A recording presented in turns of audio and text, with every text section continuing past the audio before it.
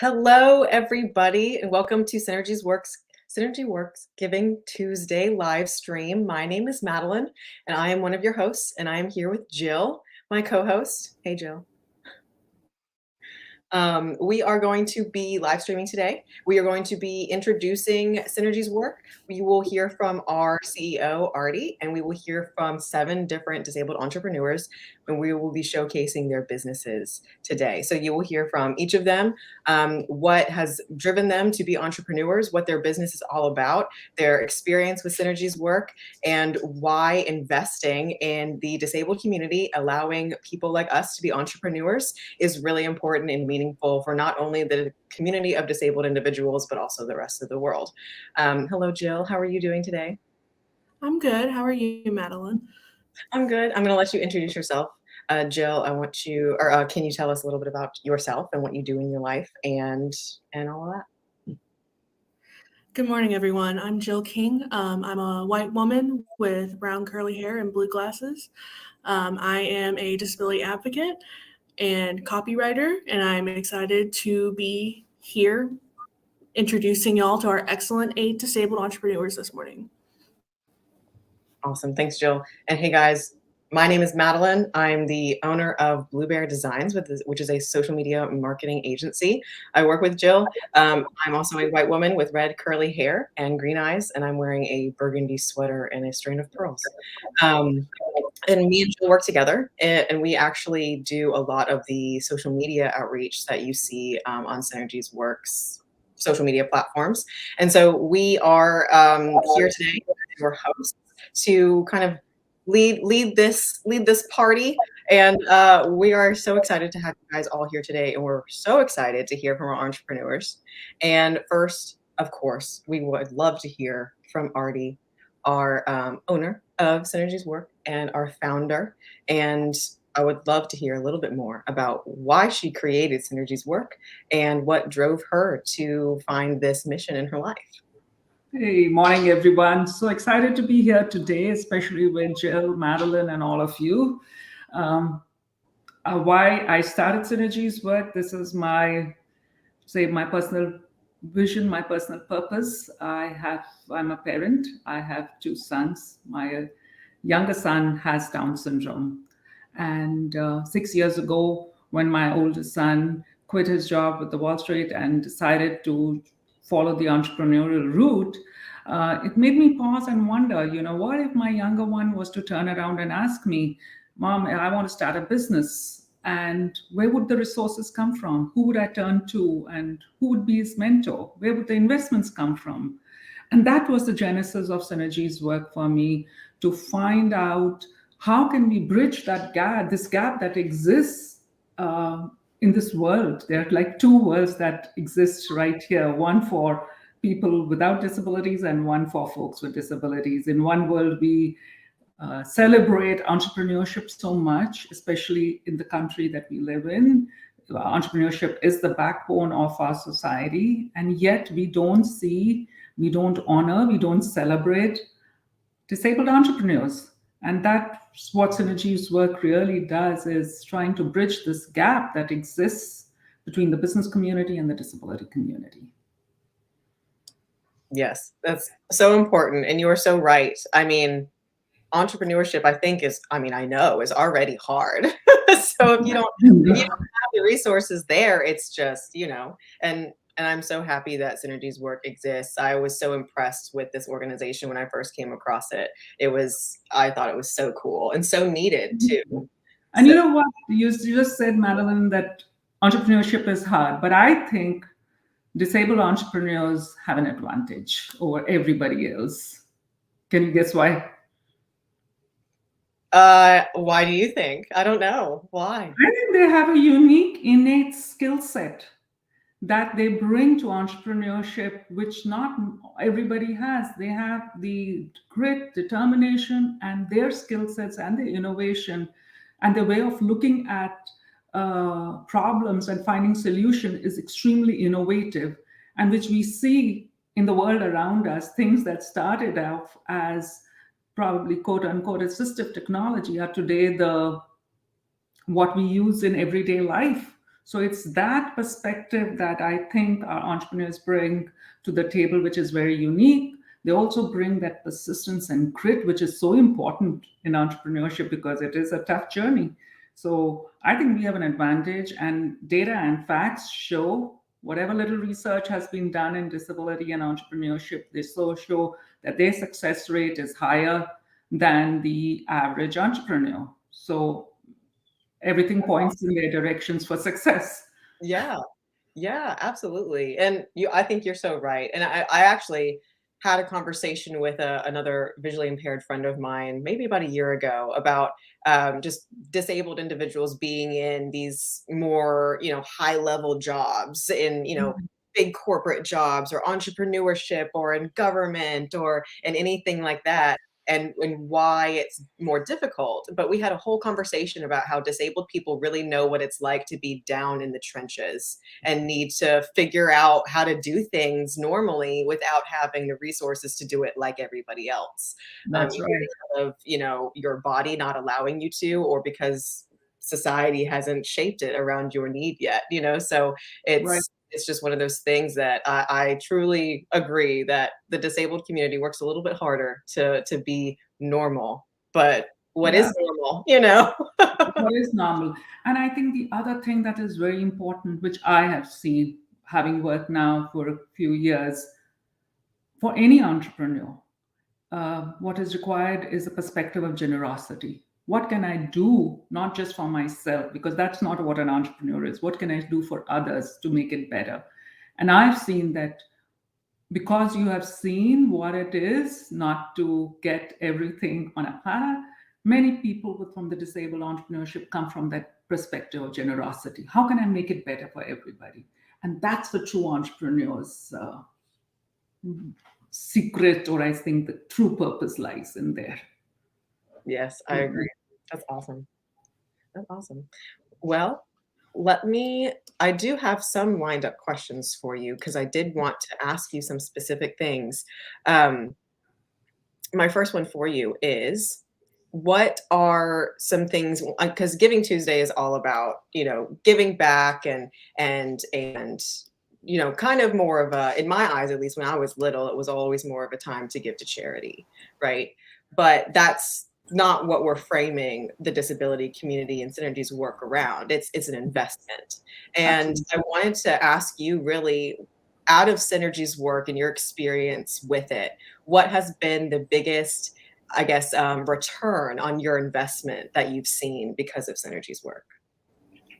Two things: the success of the entrepreneurs that we work with, the fact that they start owning the space that they are entrepreneurs. Many of them doubt that they can be, they think that entrepreneurship is something for the select few. It's not for us, it's for somebody else. And breaking that myth and allowing them to own that space in this world, I think is my biggest award that I can get for the work. And the second thing that I am seeing now, which is very encouraging, is for the business community and the world over, when we are having these important conversations on diversity and inclusion, we are finding that you are now bringing in the disabled entrepreneurs onto the table. I'm not saying that everything has changed, but I think that conversations have happened, and that is a huge step forward. A lot more needs to be done beyond just lip service, and we need to put money behind the work that we are saying. But at least the conversations are happening, and that is great. I really, I'm looking forward to what the next year is going to bring. Yes, no, and speaking of next year, we've got something major going on next year. Would you like to share our awards? Yes, so excited about this. As we were talking earlier just now, Madeline, we do not celebrate entrepreneurs with disabilities. We are not putting the spotlight on them enough. There is no award that says, hey, guys, whatever you're doing, it's fabulous. And they are the innovators, they are the creators, they are the trendsetters. So next year, we have already launched the Eddie Awards.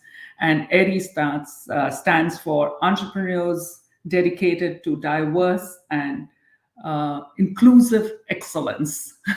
So we'll be hosting this in April. There are 6 categories for the area awards, whether you're a tech entrepreneur, a social impactor, working in the creative space, or a young startup. So you can, the applications are live currently. Please nominate someone or nominate yourself if you think that person is merits an award and a spotlight needs to be shared with them. We will fly them into Atlanta, and being true to our purpose, the whole event is about bridging that gap between the leaders in the business community and the leaders in the disabled entrepreneurial world. And we want to make it the Oscars of the entrepreneurial world. That's the vision that we have. So jump in, join us, and please put in the applications. We're looking forward to that. Yay! I'm so excited. You've been part of this journey, both of you, and we're very excited about that. Yes. I've shared the Eddie Awards with all of my disabled friends. I'm like, hey, if you are an entrepreneur, apply. If you know one, send it to them. Nominate someone you know, because like you said, we don't get stuff like this in the disabled community, so we got to take advantage of it when it comes up. So I'm so excited. Who doesn't like to get a recognition and award? I know, right? And it's just an excuse to all come together, which is the best part, I think, about being disabled is the kind of community you get by just being part of the community, you know. So yeah. It's fun. It's a lot of fun. It's a lot of fun. And if there is a sponsor who's listening to us, come in, sponsor, become a founding sponsor for this, because this is not going away. It's only going to go bigger. So the better it is that you become a founding sponsor now for us. Yes, exactly. Yes. And any employers really that go out of their way to highlight and employ people with disabilities, we all talk. We hear about it. And, you know, it's very well known in the community, at least among disabled people, I think, which companies really support that, which companies really don't. I mean, you know, and it's evident. And as employers, I think that's important to be able to showcase meaningful, you know, yes, things that you advocate for and that you're trying to make change on. So absolutely. Yep. Jill, I see you there, but you're muted. Hello. I think our next interview is with, or our first entrepreneur really is Karen, I believe. Let me make sure I have my. Hey, Karen, and I will leave you all today in the good hands of Madeline and Jill. And thank you so much, ladies, for doing this, and looking forward to more work with you. Oh, yes. Thank you. Thank you for coming. Thank you, Artie. Letting me ask you questions. I enjoyed that conversation. Bye. Bye, Artie. Hey, Karen. How are you? Hi, good morning. How are you guys? Good morning. We're great. How are you? I'm doing really well, thank you. Good. I'm excited to be here. This is quite exciting for our community. Yes. No, I completely agree. And Jill, I think you're lagging just a little bit. You're like 5 seconds behind, but we will carry on. Let's see. I had my schedule. Sorry, guys. I'm very visually impaired, so it takes me a moment to collect myself. So hello. Okay, Karen. Hello.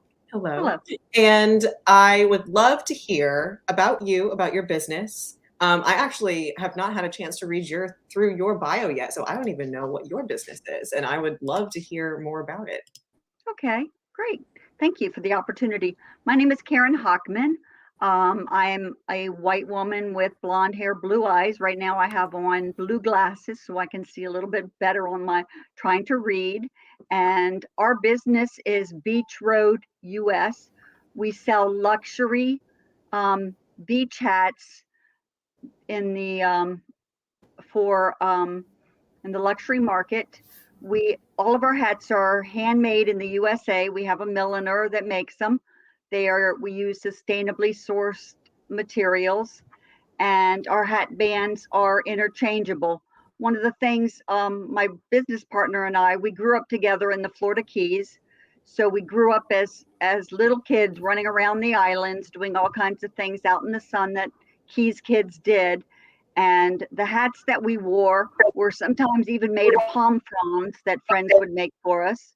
So the hats that we had, even the hats that were passed down to us from our mothers and grandmothers, they all had black hat bands, which really didn't fit into our coastal style and what we wanted. So we created a line of luxury hats that have interchangeable hat bands, all coastal prints that are easily put on and put back off. So it makes it very exciting that you can wear a hat with a hat band or without a hat band, and then you can change it to match your outfit or even your mood. Sometimes you feel a little silly or you're going fishing and you want to put your fishing hat band on. So that's kind of what we do. That's awesome. That's awesome. And I can totally relate to childhood down by the coast. I actually grew up, I spent most of my summers in and around St. Simon's and Jekyll Island and on the Georgia coast. Love that area. Absolutely. Oh yeah. Oh yeah. Beach life, island life, really. Is what it is. Yeah. Island life is what it is, for sure. Oh yeah. So what kind of made you go into pursuing entrepreneurship? Have you always wanted to have your own business, or was that kind of something that came later? Actually, for 40 years, I worked in the corporate world. I started out with the Xerox Corporation when I was, in my 20s. That was the first sales job I had. So I've always worked in high-powered sales capacity. My friend Joy and I always wanted to try to do something together, but we never had the right time. I was always working. She's a history professor, so we never really had the time to really invest in this. I had a disability that happened to me in January 2021. I suffered a major stroke and was then not eligible any longer to continue my sales job in the corporate world. So Joy and I were talking and we thought this was a good time to kind of start into our own business. So with a lot of creativity and a lot of work, a lot of pitfalls, we actually launched our business and we're doing pretty well. We're finding our way along, and certainly Synergies has helped us tremendously. So we were very fortunate to get into their program and their incubator system. So we were very pleased with that. Yeah, absolutely. When did you make that connection with Synergies Work? Actually, we were looking for grants, and then somebody suggested, how about looking for grants for disabilities? And we never really thought about that because we never had been in that community, so we didn't even know they were available. So our grant writer actually set us up with Synergies, put us in, and then we were contacted by them and brought into the group, which we were very fortunate to be able to do that. Yeah, that's awesome. That's awesome. And yeah, okay, so I kind of wanted to ask you, just because I'm curious, what is like I really want to know what the most popular hat is. Like, do you guys sell hat bands like separately where you can buy each of them separately, or do they come in packs? No, And you can buy, yeah. What is the most often worn hat band, do you think? Well, it's different. We have 4 different collections. So based on our childhood, so we have our Keys collection, of course, which has key lime pies. We have, fish either backcountry or offshore. We have a Nantucket collection. We have Palm Beach collection, and we also have an Eastern Shore collection. So those are really our areas of growing up that we tried to, pull from. And our hats are, our Caitlin hat is a cloche type style. What we did was we have 4 daughters. So we named each hat after our 4 girls, and each are as different and individual as each girl. So we don't really have our most popular probably is the Caitlin, which is the cloche, and the Jacqueline, which is a boater style hat. Our hat bands, Palm Beach it depends on this. Right now, resort wear, Palm Beach is doing great, those hat bands, and the Keys. And then when we hit the summer months, Nantuckets will really, come in, and the Eastern Shore. So I can't really say what our most popular is. It just kind of depends on the seasons. Oh, that's very cool. Seasonal though. That's always, Yes. see, there you go. You got a hat for every season. That's Well, we awesome. always say it's always summer somewhere. So wherever you're going, you need a sun hat and you need a great hat band. Yeah, absolutely. That's awesome. So just because it's Giving Tuesday, I do want to ask, what are you most thankful for as a business owner and why? Well, right now we are thankful that Joy and I are still able, after all these years of, being besties, that we can work together, where, the community that we work in has been very supportive. We are very excited about working with Synergies. We have for the past 6 months or 3 months going through their program, and then all the people that we've met through them, and helping us support each other has been one of the things that we're probably most thankful for right now. Awesome. Awesome. And my last question for you is, what is your favorite thing about working with Synergies Work? Well, the program that we went through really opened our eyes to a lot of business opportunities that we didn't know was there. They've helped us with putting us in contact with people that have helped us. We wanted to rebrand our whole business. We went into more of a luxury market. We really didn't know how to capture that. So they put us in contact with somebody that really helped us through all of that.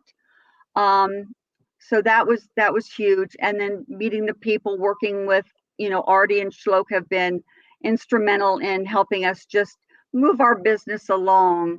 So that has been, that we can't put a price on that. Oh yeah. I'm so thankful that they're there. And, I'm hoping that the investors out there will see this, not only with my company, but with all the other entrepreneurs that you're going to meet. We all have great ideas. We all just want an opportunity, and we would all just really appreciate, anything that you can give to Synergy so they can continue doing the work that they are doing. Oh yeah, absolutely. Absolutely. And I do want to give you a chance to let us know where we can find your business online, how we can shop with you, anything like that, anything for the holidays you have going on, anything you'd like to share. Okay, we would love for people to check us out. We are on social media kind of everywhere. You can find us on Instagram, on TikTok. We are on Facebook and LinkedIn. Our webpage is beachroadus.com, and that will give you our story and give you all of our collections and everything that we have. So please follow us. Please link in with us. We'd love to meet other people and collaborate. If you think that we have a collaboration, that might be great. We would love to do that. We do give back to charitable organizations, and we love working with other women-owned businesses. And on the bottom of our website, you can see some of our women that we work with that are building their businesses because of the business they're getting through us. So that's quite exciting as well. Awesome. Yeah. Thank you so much for sharing that. And I will definitely follow. I want to see these hats. Absolutely. They're beautiful. They really are. I can just say that. Yeah. Yeah. No, that sounds, because all the different areas, that sounds, I wouldn't have thought to separate it like that, but it makes sense now that I hear Right. it. Yeah. Thank you. Thank Yeah. you. Yeah. That's so exciting. But yeah, awesome. I'll have to check that out. And thank you so much for joining us today, Karen. I have loved having you here. Well, I really appreciate it, Madeline and Jill. Thank you so much for your time and for what you're doing. And I guess I'll go in the background and listen to my fellow entrepreneurs and what they have to say. Oh yes, stick around. Stick I will. around. Because you were first in line, so of course. I am. I know. Schlock puts me first. That's great. Yeah. All right. Thank you very much. Yeah, thank you, Karen.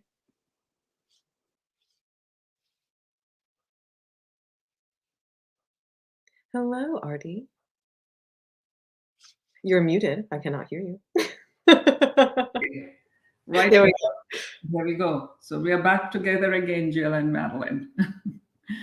Yeah, so that was an interesting conversation to hear from Karen and to actually hear from our entrepreneurs firsthand what they value about the work we do. That was good to hear from her. Oh, you know. yes, absolutely, absolutely, and I love everybody in these cohorts. I feel like we could all talk to each other forever about what we do and listen to this and Yes. listen to what I did and da da da da da. So it's a lot of fun. I love being here with you guys.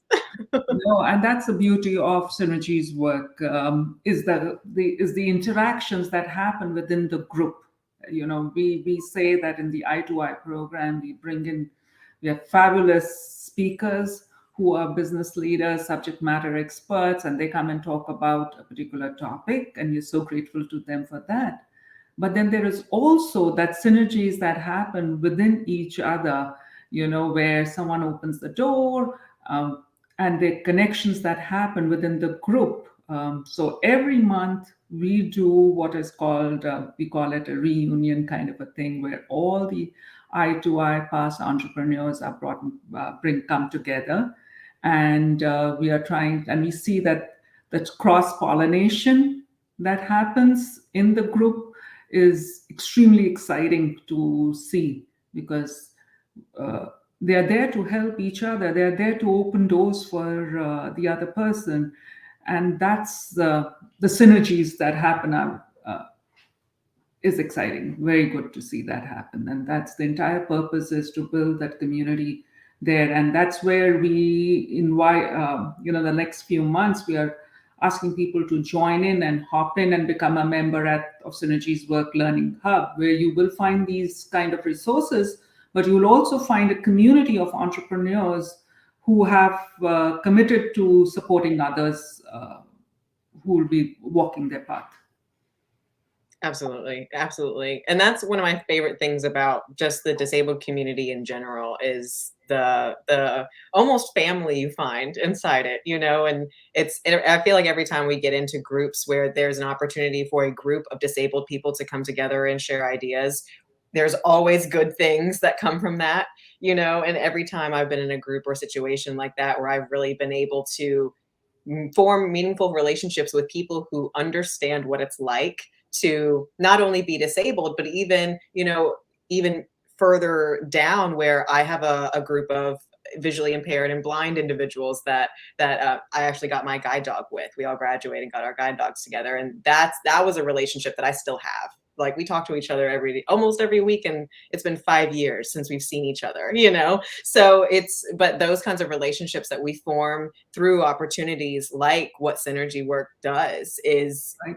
not only is that needed and meaningful for innovation in the world, but I think it's so important for the disabled community to be a close-knit community with each other, because we get more done when we can all be collectively together. And I think that's really important to always highlight those relationships. So Yeah, and I think our purpose is not only bringing everybody together, but also opening up that conversations to the business community, because we have found in our experience that there are a lot of folks who want to committed to entrepreneurship, and they are willing to share and give back, and that is what we want to do, is bring in together, so that togetherness grows with the entire business community.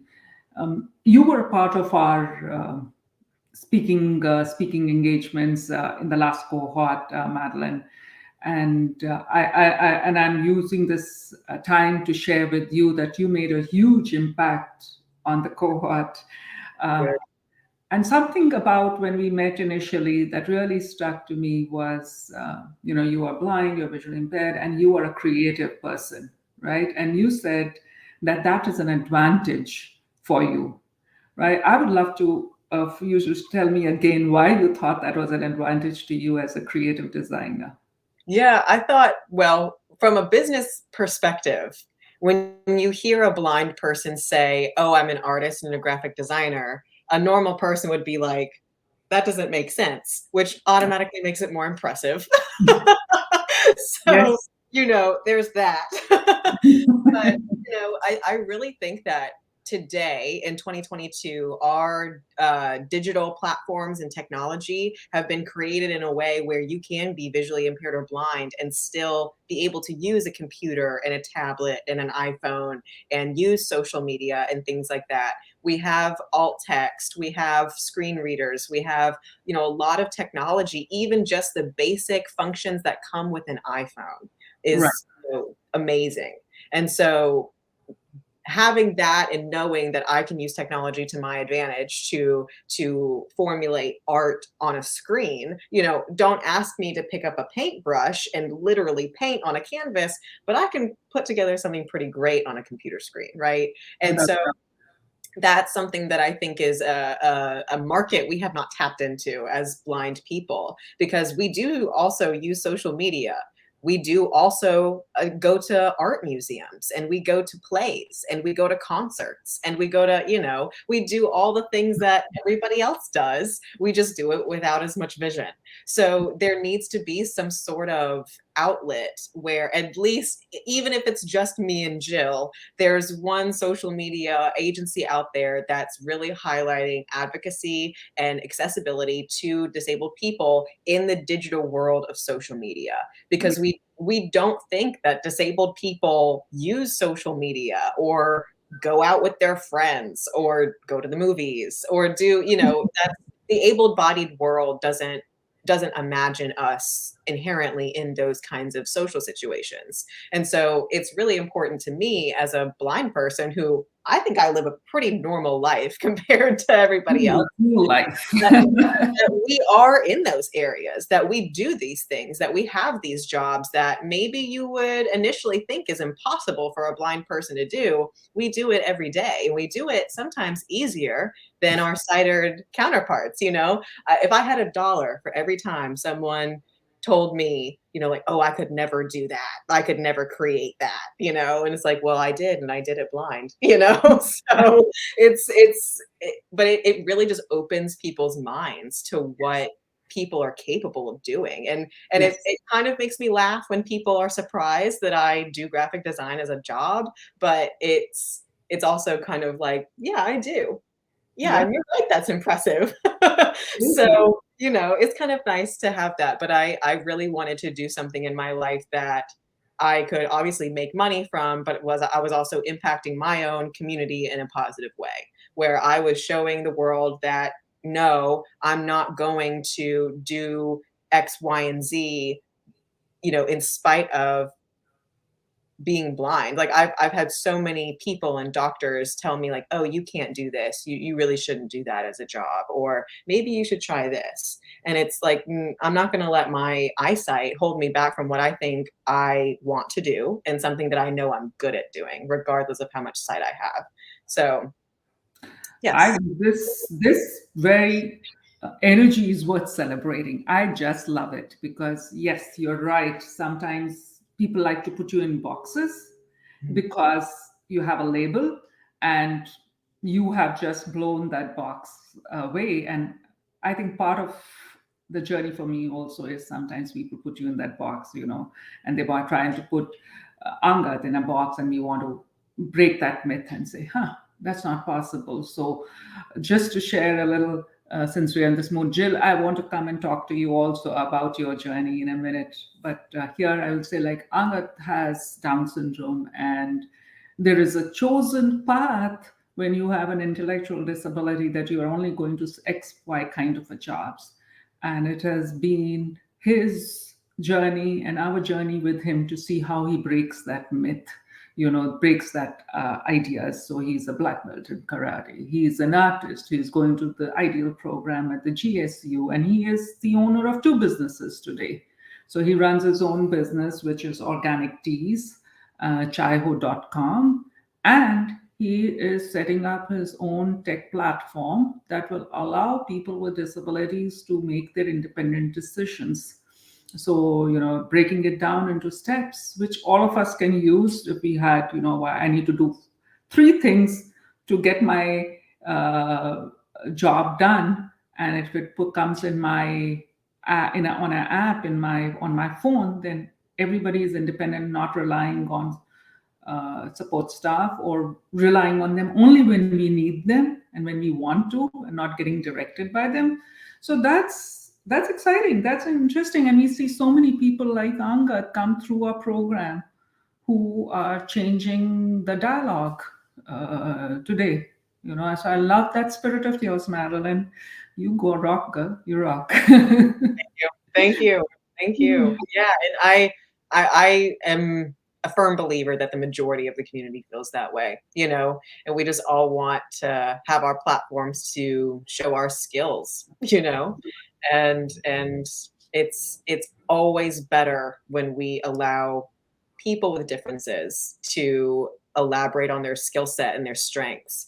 Because Right. especially, I feel like our community, regardless of the type of disability that you have, it's often that it's assumed that you can't do something because of whatever's going on. And so instead of thinking, oh, this person can't, we should rephrase and say, okay, this person has this disability. So what skill sets can they now bring to the table because they've had that life experience, That's And I think that's more powerful. Yeah, absolutely. Jill, tell me briefly a little about yourself and what brings you to working with Madeline as a copyright.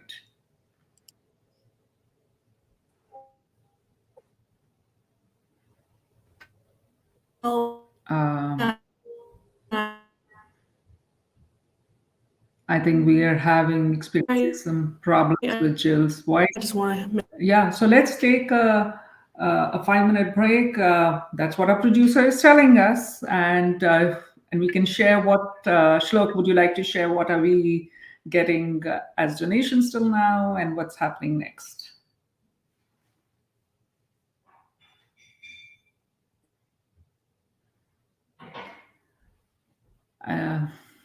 Shlok? Yes, we have raised, as of the last 37 minutes, we've got a donation of, we are doing well. We've got $3,250 in the last 37 minutes. We are doing well. Yep. And this is good. Madeline, do we know who our next guest is? You're muted, Madeline. I call you out for it so much. Now I'm doing it. Okay. Our next guest is Wesley, and he will be, yes, Wesley Ford is our next speaker. Okay, so let's take a break for 5 minutes and come back to Wesley. This thing. Excellent. Yep.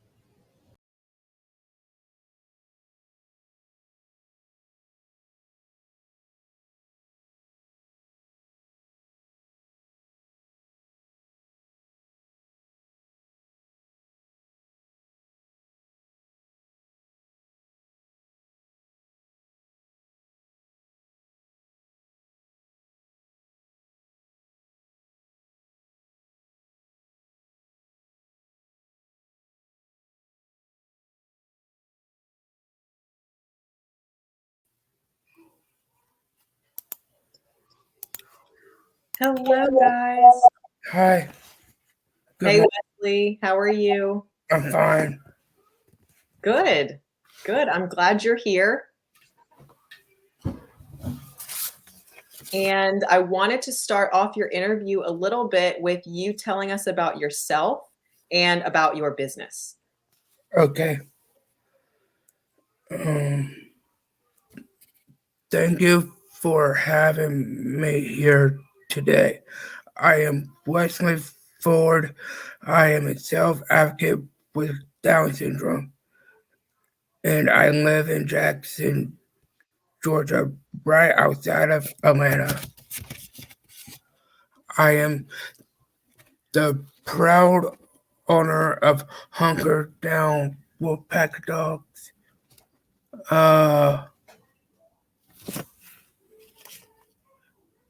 And out of this world hot dog food truck operated by people with different abilities.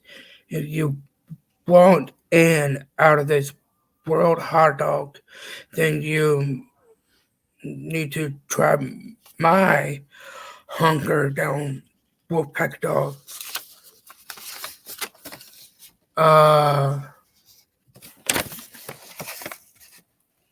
I wanted to start my hot dog food truck business to make money. I mean, after all, we all love money.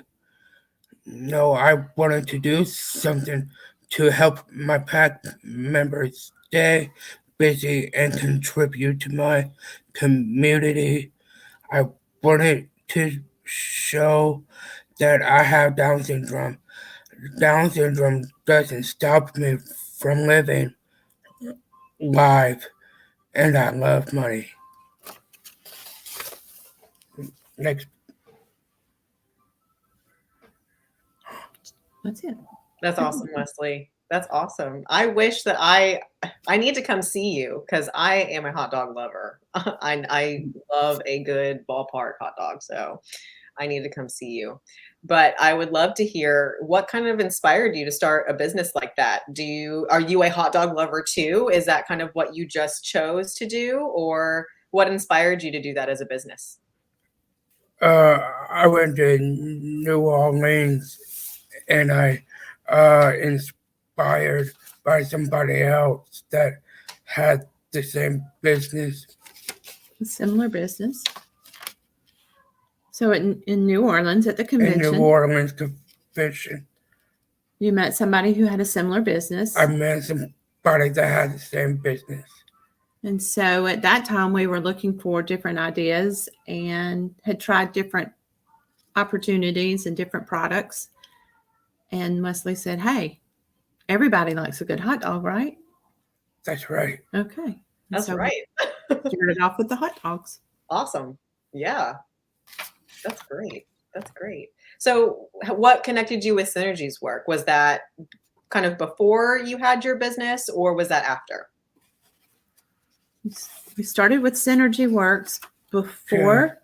Before. We started with the idea. The opportunity presented itself, and we just kind of went with it. We decided that it would be a great opportunity for Wesley and I, as his supporter, to participate in the program and try to educate not only Wesley, but myself in how to navigate the business as a developmentally disabled individual, and to try and find resources and opportunities that we probably otherwise would not have been able to locate.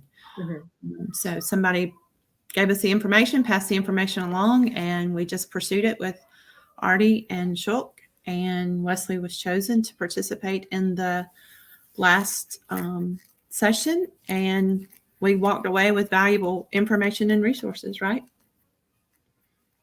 Yes. That's awesome. Yeah, that's awesome. And just because it is Thanksgiving and Giving Tuesday, I've been asking everybody, what are you most thankful for? Either in your business or from Synergies Work, just in your business world, what are you most thankful for? Synergies Work gave me the push my truck up enrolling. They provided me with information and resources to help me hunker down and get it done right down to the first hot dog I sold. That's awesome. That's awesome. And I am kind of curious. I want to know about this now. So when you guys do your food truck and you go out and you're, selling hot dogs, what does that look like? Wesley, are you there by yourself? Does someone come with you?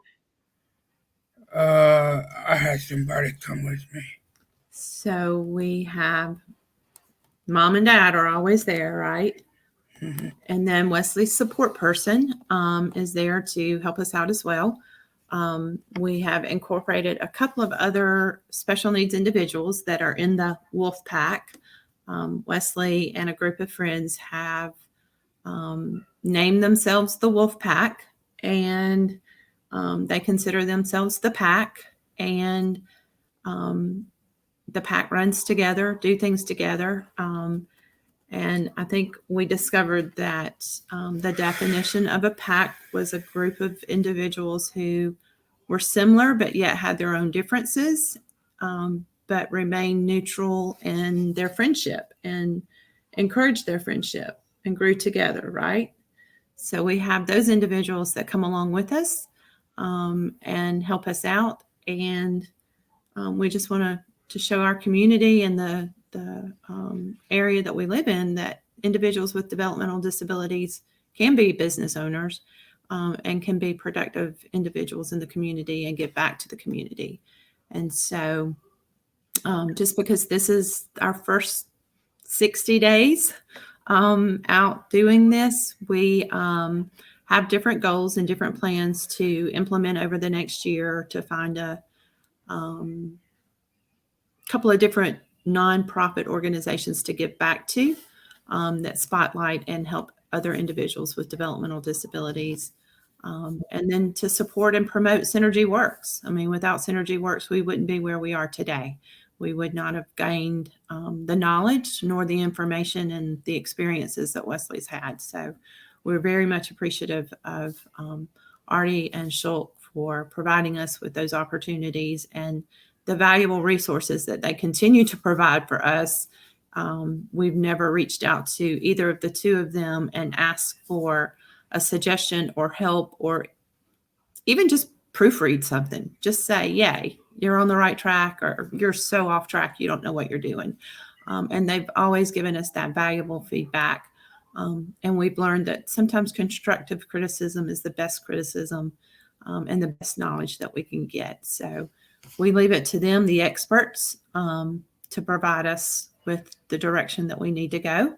And we truly feel like they are the experts, and we're learning alongside them. So we look forward to continuing our relationship with them and being able to give back and support what they do.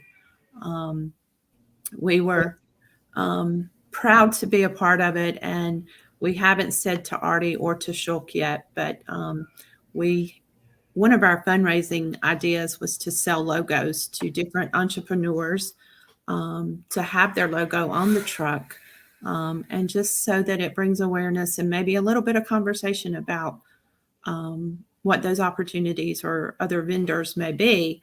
So Synergy Works will be front and center with their sticker logo plastered, and will be represented on all of our literature that's passed out, our menus, our letterhead logos, and that sort of thing.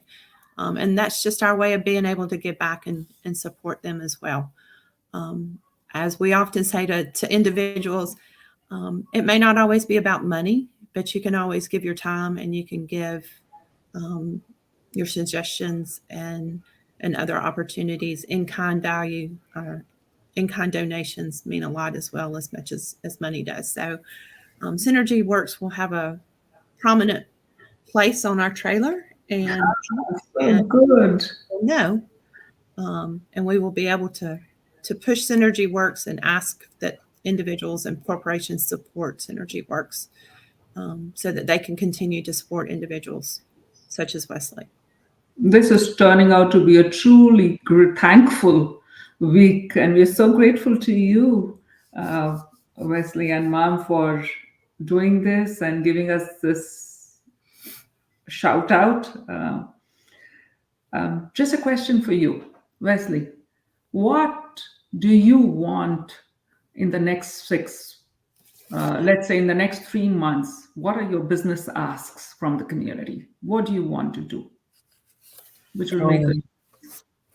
My goal moving forward are to pack the truck. I'm working now on collecting items to stock the truck with everything I need, so we can be efficient and productive. My next goal is to book out the 6 next months. Hey,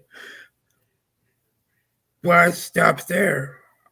I'm gonna shoot for the next year at least 2 per month, 2 events per month. Okay. so I can hire differently able persons to work with the Wolfpack. We gotta hunker down and sell some dogs, y'all. I love that. Yes, that's awesome. You have clear goals and you're fundraising currently. And if we need to get someone to come and supply hot dogs at an event or a party, where do we get in touch with you, Wesley? So we can provide folk with our contact information. They can always reach out. We have the Wolfpack. Wolfpack has a Facebook page, the Wolfpack Wesley, Bradley, and Ryan, which is their advocacy Wolfpack page.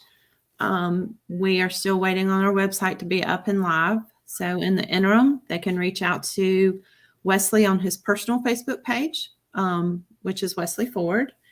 And they can also reach out to the Wolfpack page, right? Okay. Either of the two, or you can always reach out to Synergy Works. What a great conversation to have with Synergy Works, and know that Synergy Works would know that somebody's reaching out to us, so that it's full circle, that it's come full circle.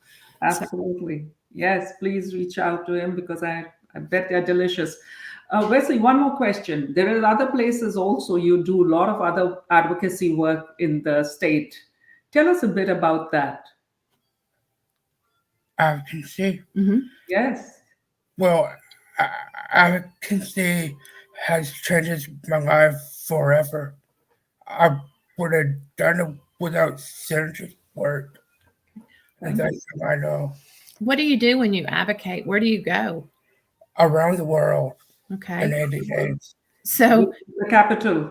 Do you go to the Capitol? Do you go to Washington? Do you go to Pittsburgh? Go to the Capitol, Pittsburgh, Washington. And so Wesley is very active in the advocacy world.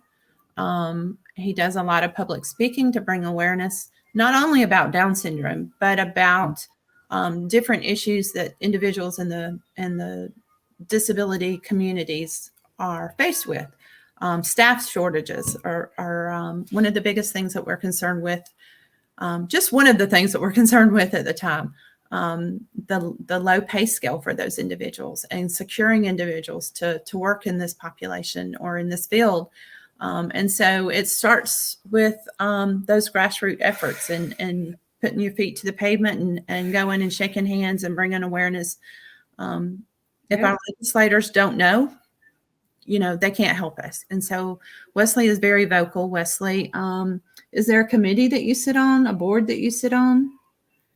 The GCDD. Yes, Georgia Council on Disabilities. So Wesley is a council member for Georgia Council for Developmental Disabilities, and an active role, and is able to give some input as a person with a developmental disability, and perspectives that maybe concern him, or things that he sees a Yeah. little differently. And so they're always open. They always listen. And I think that has too encouraged him to pursue the advocacy. And we're getting ready now to go to Washington Yep. to meet with our legislators in Washington after the first of the year, and to really get the ball rolling and to let our new legislators, whoever they may be, what the needs are. And I think until you sit down hand in hand, you would really be surprised at maybe what they don't know. And that's here's a suggestion that I have for Wesley. Wesley, you and I need to form a team and talk to our legislators about supporting disabled entrepreneurs. sounds like a plan, right? Yes. So let's use that as an agenda for 2023, where we advocate for disabled entrepreneurs, because what do you need the most? You need the funding for your truck, right? Right. You need funding to hire more people and get sustainability. And that's what we need to advocate. And at this point, just to shout out to everybody who's listening, please support Wesley's business. Please support Synergies Work so that we are able to give out impact grants to entrepreneurs like Wesley who are pursuing their business ideas and their passion and their vision going forward. One thing that we found very interesting as we started our trips to Washington, and we did this annually with another group that Wesley advocates with, you would be surprised at the number of legislators who are not familiar with the developmental disabilities or disabilities in general. They're not aware or askew of the challenges that these individuals face. I'm not surprised, Dawn. I'm not surprised. I think everybody in this room believes that, because when I go to the business communities, and we were at an event recently where all entrepreneurs were gathered, and we were the only organization representing disabled entrepreneurs, it was like a second take and another take. Oh my God, what are they doing here? And it was like, they exist. They're right there within your community, which you're probably overlooking. And I think once you start having that relationship, you're able to call upon them when there's a need, and they have that personal connection with you then. Yes. It was not until you actually have a conversation with them and they learn that, hey, this person's just like everybody else. That's right. And what you said initially, I think what Wesley was talking about, grassroots level, everything starts there. And that's where the conversations happen. And that's what Synergies Work is doing. When people like Wesley do their businesses, people notice and they realize that they are right there. So that growth is needed. It's not always legislation from the top, it's legislation from the bottom that makes that impact. And that's what it takes. It takes going and knocking on doors and meeting with them when they're not in session. But yes, we would love to team with Synergy Works to knock on doors and bring awareness to our not just statewide, but our local governments and agencies as well, because they have funding as well, and they need to support their communities. And so we're there. One thing Wesley said after a couple of classes is, man, Mom, I want to go to work with Shulk every day. I want to be. Yes, Shulk is a real rock here, right? But we appreciate all the opportunities, and I encourage anybody that's listening or anybody that's watching to get involved with Synergy Works, whether it's through a monetary donation, whether it's your time, whether it's, a talent that you may have. There's something that you can offer. And so find a way, reach out to Artie, reach out to Shulk. They can certainly use the added assistance and the expertise that individuals might have. So thank you for the opportunity, and thank you as a mom for all that you do for the populations that you serve. Thank you so much. And in this case, we follow Wesley's lead, and thank you for everything. So, and I just wanted to say, Thank you for all you do from our families to yours. Have a very Merry Christmas. You too. Thank you so much. Sure. Okay. So, Madeline, who do we have next? Thank you so much, Wesley, Dawn. Wesley, thanks for coming, guys. That was awesome. I loved hearing from you guys. Good to have you back, Jill, right here. Yes, we figured out the Wi-Fi issues. Thank God. Okay, so Who was next? Let's see. We have Jennifer Parr, yes, I believe. Yes. and I'm gonna let you take this one, Jilly. I'm actually able to now. Excellent. Good for us. Hey, All Jennifer. Good Hello. morning. Good morning. How are you? How are you today? Not too bad. Good to hear. Good to hear. So your Jennifer Parr is the founder of DIY Vinci. Am I pronouncing that correctly? Yep. Good. Okay. Tell us a little bit more about your business. Yeah, so DIY Vinci is a art and craft store. We really focus on finding your creativity and discovering it, and utilizing it in a way to kind of like express yourself, and also as a way to improve your well-being. So for me, it's very much like using it as a visual language. So it's a kind of a way I can like express myself and when I can't with words. So That's excellent. There's so much to be said for how art can help well-being, and I love seeing that in your business. yeah. Can you tell me a little bit more about like what led you to entrepreneurship? Did you always plan to own a business, or? I didn't always. I originally wanted to be a vet tech, actually, and then it turned into web design. And then after that, I really kind of, really have always had like an entrepreneur spirit. I love creating things. I have so many ideas flowing all the time, partially because I'm ADHD, but I just was kind of like, I really want to do this. I really want to, help inspire people with their creativity because, when I was little, I went through a bunch of struggles. I didn't really fit in anywhere. I was very quiet. And then I discovered art, and it was kind of a huge way to express myself. Part of me like came alive when I discovered art. So how I, discovered art, I was like, okay, well, this really helped me. It can definitely help other people. So I really felt driven to help others, discover their creativity and how it can improve their well-being as well. So Absolutely. That's great. So what connected you with Synergies Work, because it sounds like your business would be great for their I2I programs. So. Yeah, for sure. First I had stumbled across their website, and I was like, oh, this is interesting because, at the same time I was discovering I was autistic, and, I was going through the whole process there, and, was officially diagnosed as, autistic, dyslexic, dyspraxic, ADHD. And I was like, well, I have this business, and I would really love support. I was feeling, very alone in my journey of entrepreneurship. And really couldn't find support anywhere else. So I was stumbled across their website, signed up for their newsletter. And then one day, it popped up, oh, we're accepting, applications for grants. So I had signed up for that.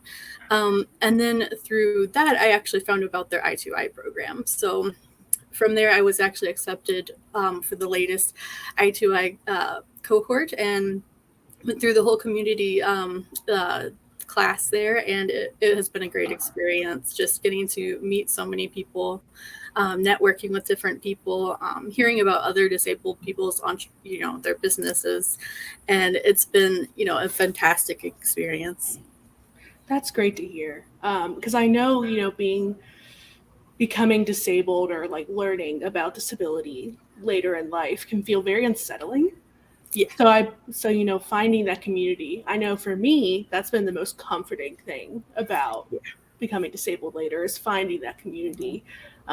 Would you agree?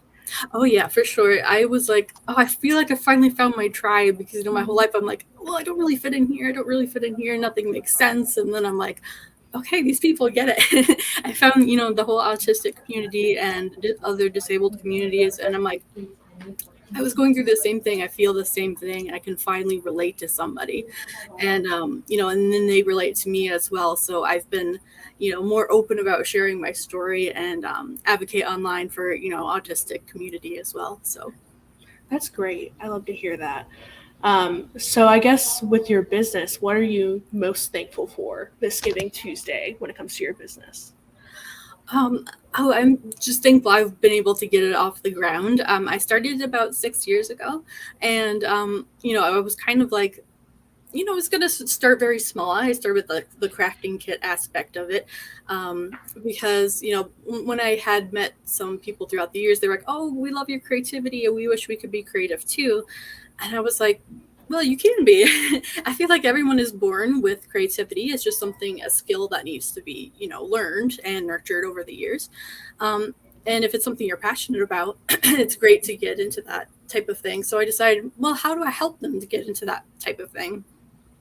So I came up with the crafting kit aspect of coming up with a specific craft and instructions and everything needed for that specific craft. So within that, I was like, okay, but then other people were like wanting individual art supplies. So from there, I added individual art supplies and learned a lot of neurodivergence, like love online courses. So I was like, okay. So from there, the online courses started coming, and now we have an online community that's completely free. So we, chat there as well. So I'm very grateful for, being able to get to this point in my business when, I never thought I'd even get this far. So Yeah, it's so great. It's so great to see. I keep saying that, but it's genuinely like within the disabled community, it's so great to see your fellow disabled people thrive. yeah, indeed. So is there anything you have going on for, the holidays coming up? Is there anything you want to promote? Yeah. We have a Black Friday deal still going on. We started on Black Friday, and it's going to go through probably until we run out of spots. So there's 100 spots, and this is our Vinci Pro membership. So normally this would be a $139 a year membership, which includes 10% discount on everything on our website, free access to all of our digital assets, which include clip art, quilling templates, different printable coloring pages, all sorts of different things you can use for crafting and your artwork. It also includes free access to our courses that are created by me or DIY Vinci. And also, we now have this platform where you can design your own graphics. So it's kind of like a very simple design tool. And we will have different templates up there for use as well. So that deal is $49 one time, lifetime access, so you don't have to pay again the yearly fee. So 100 spots for that on our website. That's great. I'm gonna go check that out actually, So, because I would click into the creativity, like you said, connect those dots. That's so great. I love that. So where can people find you online? Like, are you on Instagram, or do you have a website? Yeah, we have our own website, DIYvinci.com. We're also on Facebook and Instagram, Pinterest, and also LinkedIn. I'm on there both personally, and I have our business on there as a business page. So all those platforms, and of course I'm always available by email as well, at jparr@DIYvinci.com. That's great. So through the Synergies Work program, have you, how has the cohort been? Have you been able to make some connections through that? Can you tell me a bit more? Yeah, definitely. I've definitely made some connections and have been able to get some advice with different like social media aspects, because I'm not really strong in that side of things. So starting to learn how to use like TikTok and YouTube, and starting to dive into that a little bit, as well as a lot of the speakers that we've had. I've been following them on LinkedIn as well. So it's really cool to get to hear their perspective and help really guide us throughout the whole process. And it kind of helps like me get really clear on my business. So like getting that full purpose and knowing our audience and stuff has just been taking my business to the next level. So yeah, it's been really awesome. Yeah, it's like finding your niche, Yeah. finding who are you wanting to work with. That's really great. So I'm sorry, I'm trying to find my words. Oh, no worries. Having a little brain fog moment here. But yeah, it's been so great talking to you, Jennifer. Is there anything else you want to make sure to highlight while we've got you here? Yeah, for sure. Since it is Giving Tuesday, I'm also doing 20% donation from any of our profits we earn today will go to Synergies Work. So. That's excellent. Love to hear it. So y'all go check out DIY Vinci. If you didn't already want to, now you got another one. Now you got another reason. Absolutely. Very, very cool. Great talking to you, Jennifer. Yeah, thank you. Absolutely. Let's see. There we go. There's Artie. You're muted. Yep. There you go. Hey, good to see you, Jennifer. Yeah, good to see you too. So tell us a little bit about what has been the impact on your sales since in the last few months that you have started relaunched or rebranded yourself.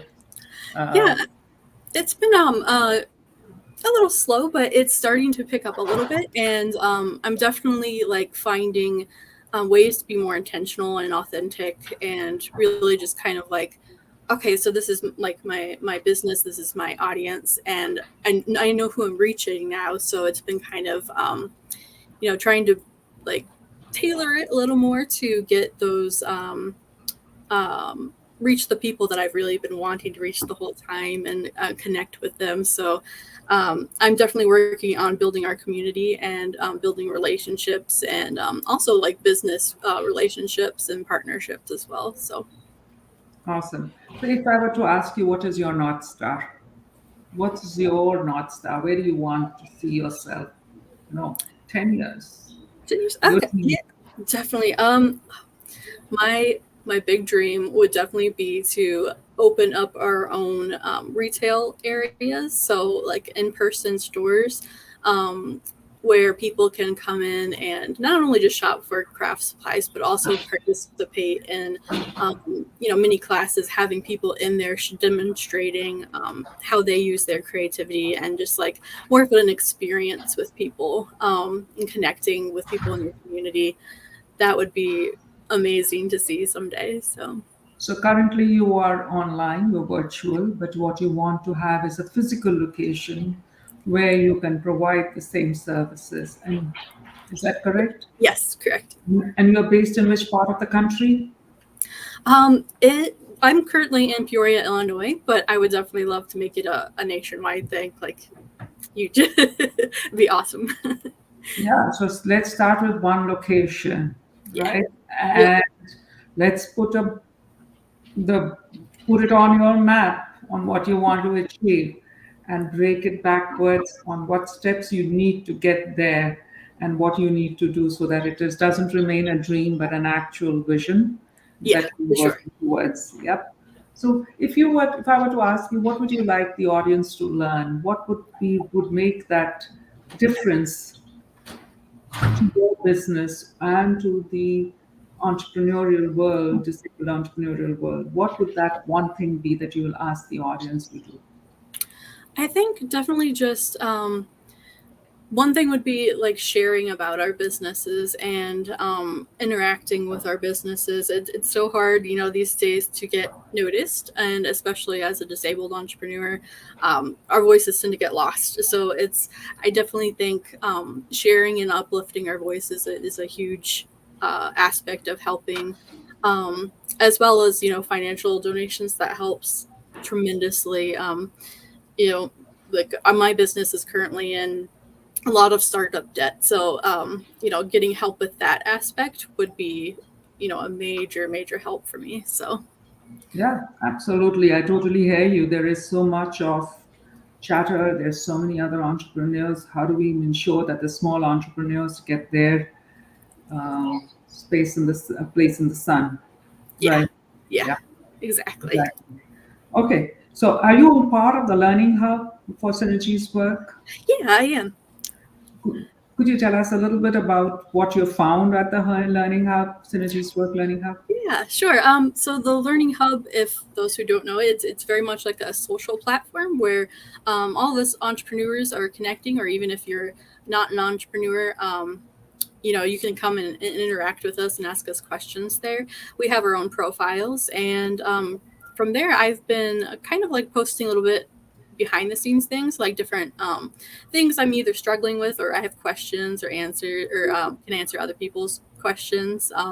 Sometimes I will share like updates that are going on in the business there. But definitely, I love the aspect of being able to connect with fellow entrepreneurs, and also like the article resources there. I love having something to refer to when I get stuck. So it's great. That's good to know, because I know you're active on the platform, and we want.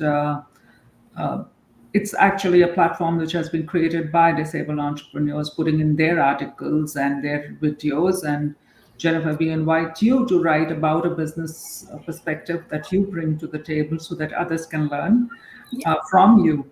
And as we grow this platform, if you're thinking of setting up your own business, or you have an idea and you don't know what to do, this is a free resource that we offer to the entire community, to anybody, disabled or non-disabled.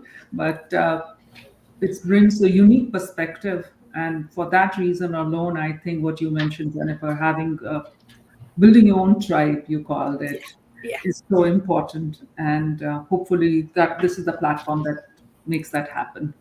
Yeah, for sure. I definitely feel like, oh yeah, I have these connections now who, people who have been through some of the same things I have, and it makes a world of difference knowing someone, understands as well. So. Yeah. Is there anything else in the last 1 minute that you would like to share with the audience, Jennifer?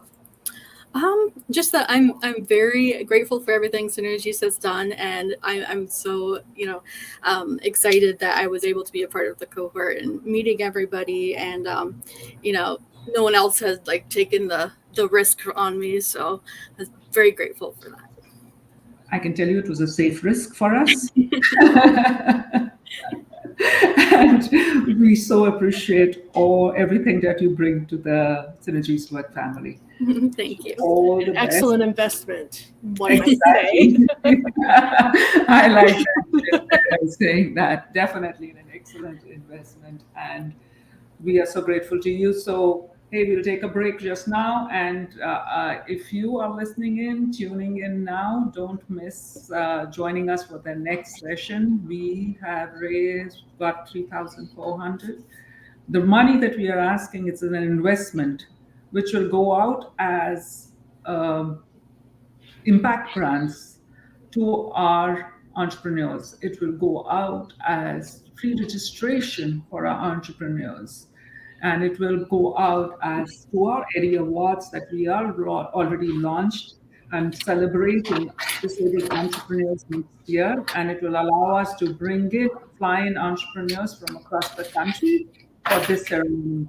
So if you donate on Giving Tuesday, or if you donate any time in the year, then consider making this as an investment into Synergies Work. All yours, Jill. Absolutely. So that first $5,000, that's going to go towards registration services for these businesses, which can be a pretty good chunk of change when you're trying to start up a business.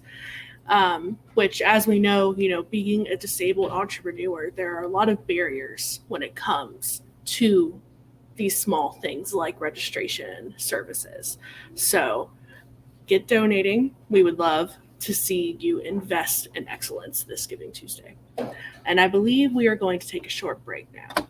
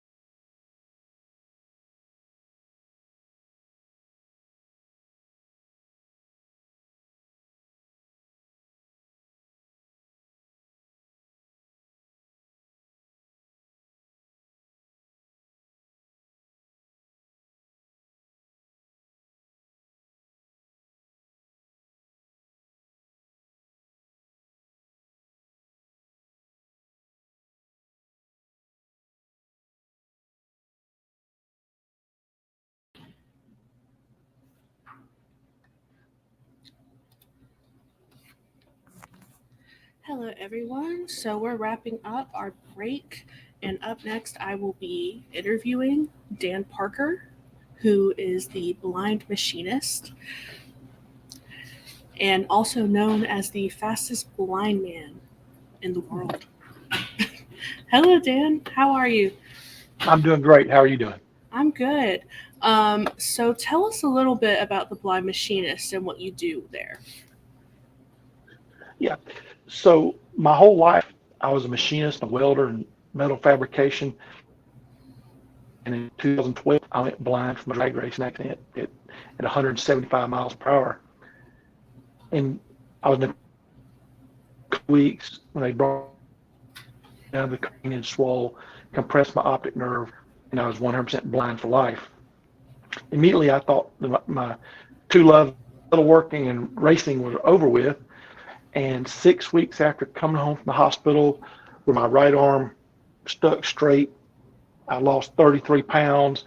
I was in rough shape.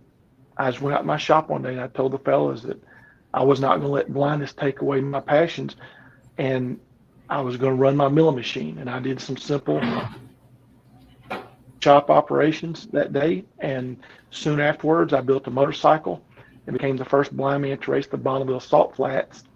And in 13 and in 14, I returned and set my FIM class record.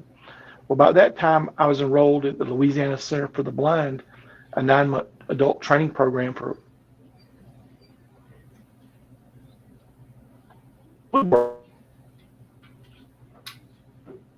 employment skill set, but as a confidence builder. So I graduated LCB on March 31st, 2015, 3 years to the date of my wreck. I came home and started doing some woodworking. I enjoyed it. I'd never done any woodworking before. And one of the things I learned was pin turning, where people would typically turn wood and make ink pens. They buy a kit and assemble it, and all kinds of exotic woods. Well, two things happened. I realized that the woodworking dust was driving me crazy, and my next goal was to build a Corvette to become the world's fastest blind man. So I sold my woodworking equipment, and I still had some pen kits left, and we were just starting the project. And so I decided to combine the pen kits normally for wood with my love of metalworking. So one night I was playing in the shop and I made 5 polished pens, and I put on Facebook that I was going to send these to sponsors, but if anybody would like to donate to my Corvette project, they donated $50. I would make them a pen and send it to them. Well, the next morning I woke up with 12 orders, which really shocked me. So since then, I've spent thousands of hours in my shop, learning adaptive techniques, perfecting adaptive techniques, modifying my equipment to be able to make quality pen machine aluminum pens. And the one that I'm showing you here is what's called my Slim. And every pen I make, I don't want them to be discounted. Well, a person with disabilities made this, or good for a blind person. I want somebody to pick up this. This is an amazing piece of craftsmanship that has the same standards as anybody, not any asterisks, that a blind person. So that's always been my goal, education, and inspiration through craftsmanship at the Blind Machinist. And so I launched my website, and currently I'm selling my pens through Etsy. But earlier this year, on March 31st, 2022, exactly 10 years to the date of my wreck, I set the Guinness World Record for the fastest car driven blindfolded, which is how they classify it, at 211.043 miles per hour. So now the record's set, and I'm 100% focused on building my business, because one of the staggering statistics I learned after coming home blind was that 70% of the blind people in America are unemployed, and 99% worldwide. And so I knew I had to carve my own path to have some financial, independence and freedom and security. And that's always been something that has consumed me since I went blind. How later in life would I, be sustainable and be able to provide for myself, me and my fiance. That's just, one of the things that part of being a person with disabilities is, and we all want to have our financial freedom, passion, and be able to apply our passions to what we want. And Synergies Work has been just so great in the aspect. I was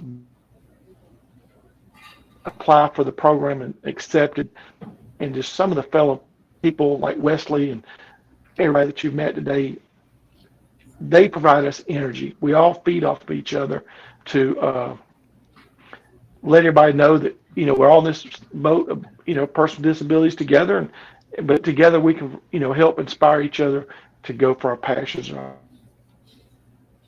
our own businesses. That's excellent. I love to hear that. I'm also blind myself, and it's, blindness, disability, it shouldn't have to equal unemployment. It shouldn't have to equal, the end of your life. Of course, it's going to mean you're changing a lot of things. You're changing just about everything, but it's not less than, it's just different, Yeah, that's right.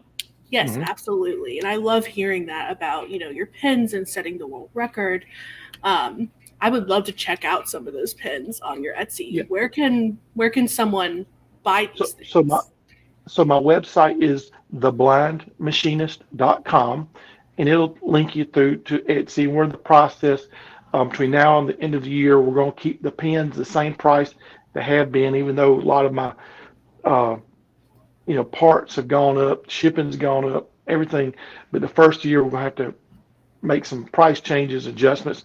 We're going through Synergies. I've learned that there's other platforms I can sell with, so we're going to start selling through Shopify to try to cut down on some of the fees that I'm having to pay, which is getting into my bottom line for profit for the pins. And so theblindmachinist.com is where I sell them. If you're on Facebook, you can follow me at The Blind Machinist, or my racing page is Tragedy to Triumph Racing. That's great. We've got a banner at the bottom of the screen for people to go check out your website. So hopefully we'll get some attention there. That would be really great. So can you tell us a little bit more about, when and how you connected with Synergies Work and how that's helped your business? Yes. So the National Federation of the Blind, I'm a member, and one night I got an email and was talking the Synergies program and how I could apply to become, accepted into the program. And that's what I did earlier this year. And I graduated the program, met some great people, a lot of come and speak and give us mentorship and the valuable resources. And it's been great for me, and I know all of my fellow cohort participants. Absolutely. Making those connections in the disability community, especially when you haven't been disabled, prior to your accident, becoming disabled quickly can be it tilts you off your axis really quickly. Yeah. But I know, like myself, finding the community and different things like that has been really grounding to help get through the process of that. Yes. Sure. Networking is so key no matter what you're doing, and to build a network with other people with disabilities, other blind entrepreneurs, and know that you're not in this battle alone. You're not in this fight alone. You got team members, teammates, and as they said, we got a wolf pack, and that's huge because we feed off each other's successes, and given the resources and given an accessible world, so many of us blind people can achieve great things, and that's what it's about. Absolutely. So what are your goals for your business moving forward? So in the short-term goals, I'm sort of site, make it a little easier to check out, a little and track our products. And then long-term, I would love to build a buy building and have a space where I can employ other people with disabilities, teach them my love of metal I have so many ideas and projects in my head, but I small 20 by 30 shop here at home. I'm blessed to be able to just walk outside my back door and work. But it's a 12-pack shoved in a 6-pack box. So I tell everybody, with my Corvette sitting in there and milling machine and sheet metal equipment, my lathe and welders. It's too busy. It's too small. But one day I will own a building again, employ other people with disabilities, office, social media, out in the shop working, and teach them the skills that I have and be able to pass it on, pay it forward. Absolutely. Building your own little connection, building your own little connection with other disabled people working together to lower that unemployment rate for sure. That's really great to hear. So what would you say is your favorite thing about the time you've had with the Synergies Work? The other cohorts, the other day, as already said, we had sort of a reunion for everybody in the past that graduated, along with the people in my station, and to learn their stories, their struggles, their successes. It gives us energy. It provided me inspiration and the energy to keep moving forward, to keep pushing the envelope for what's exciting, deemed acceptable for the blind, what we can accomplish. And that's sort of what been my focus since I went blind, push the limits of what's exciting, deemed as normal. And thinking inside the box, quote unquote, normal person. When I first started building a motorcycle, I had it 75% finished before I even had permission to race it. I just knew one day I was going to race it somewhere. And luckily, I've set a land speed record with it. It's opened up the opportunities for me for other ventures. And, but through the motorcycle and the Corvette project and the pins, I've pushed myself to running all my machine shop equipment safely and efficient. I set them all up by myself. I do everything. I have a talking caliper that I measure within 1,000th of an inch. My mill machine table has a digital readout, so it tells you where it moves, and it speaks audible to me, which is a very rare thing. A friend of mine, the engineer that built my guidance system at Boeing Phantom Works, modified my readout where it speaks to me. So, I was working out in the shop independently every day, safely, and I just don't have to worry about paying the light bill. I leave the lights off. And so, I have to plug in the lights when the people come over. And, but, we all have so many skills and that we can share with the world. And Synergy is about not only growing our skills, but displaying our skills and sharing them. And today, like today, you're meeting some of the graduates and learning their stories, and hopefully everybody's listening in social media world. Great inspiration. It's the holidays. It's the time to be thankful. And I hope everybody would do Synergy because they're doing great things for the community of people with disabilities. Absolutely. It's really great to see, defying these quote unquote standards that, aren't really accurate to different disabilities. Just you do you.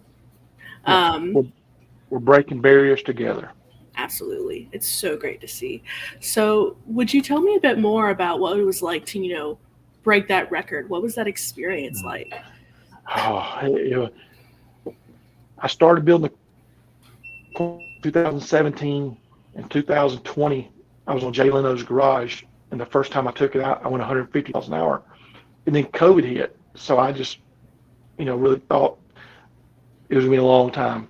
Well, in 2021, President Rick Abono of the National Federation of the Blind reached out to me about supporting me to help it on the 10-year anniversary of the Blind Driver Challenge to go for the record. Again, COVID had some setbacks, and so we scheduled it in March. First 2 days, we had 50 miles per hour winds on Tuesday, 40 mile per hour winds on Wednesday, and typically in land speed racing, around 17 to 20 miles per hour up the racing for safety.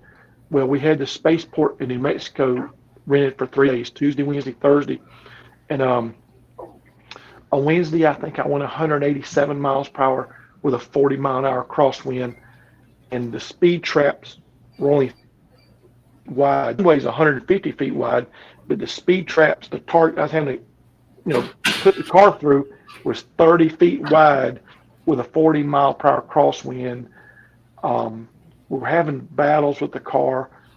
On Wednesday, we were having more problems, and I just went to the truck, sat down in the left front corner, and there's a picture they captured me. I didn't sneak. I sat down and prayed, and I told God, I said, this record's not me. I'll accept that, but if you would just next time I take this car out, just blow this motor up so we got an excuse why we didn't set the record. Let the guys, the team, leave with dignity.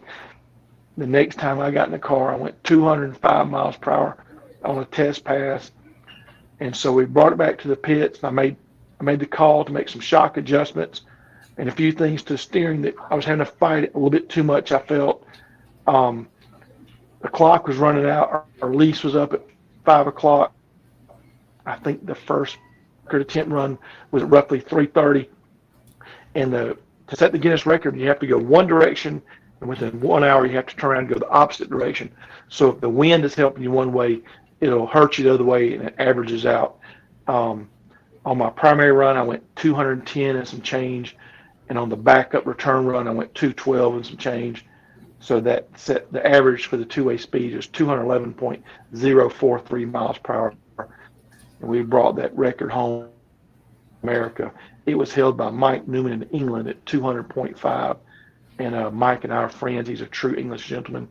And it was overwhelming. The struggles for 5 years to build a car, to raise the money, to put together the team, to build the car, and everything.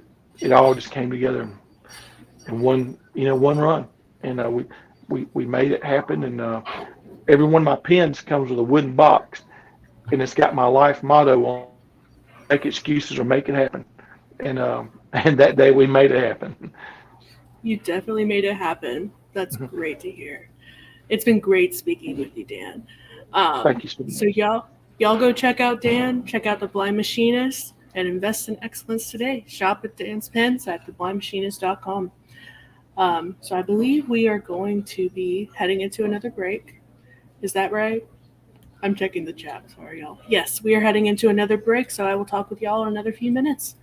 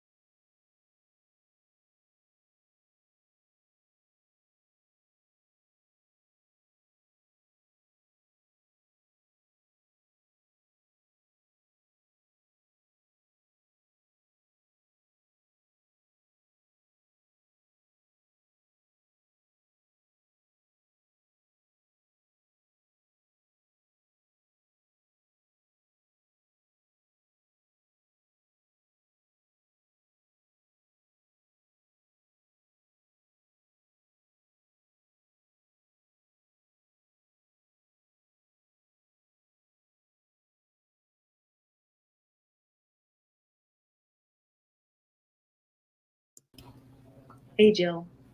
Hey, Madeline. Can you? Oh, I'm muted. Wait, No, you weren't. there we go. I wasn't muted. My sound on my computer was off. How embarrassing. How are you doing in the lib over there? I'm doing good. Good, good. You probably think I'm crazy, but it's okay. That's okay. We want It's to do it. where academia thrives, so it's okay.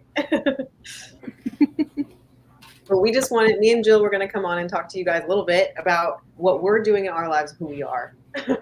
We are not entrepreneurs that have gone through Synergies Work's I2I program, but we are two disabled entrepreneurs ourselves. And so we were going to kind of talk about what we've done together, how me and Jill met, and what we're doing now. And Jill, since you're still, you're our sitting president of the organization I'm about to talk about, so please introduce yourself. Hi, I'm Jill. So I'm the president of an organization that Madeline and I co-founded, which is the Students with Disabilities Advocacy Group. And right now we are based specifically on Georgia Southern's campus in Statesboro. And the Students with Disabilities Advocacy Group is essentially meant to be a safe haven for students with disabilities in higher education. And that's branched out into doing education on disability, advocacy on disability and accessibility, and it's been really great. And that's how Madeline and I met, was starting this organization. Yeah.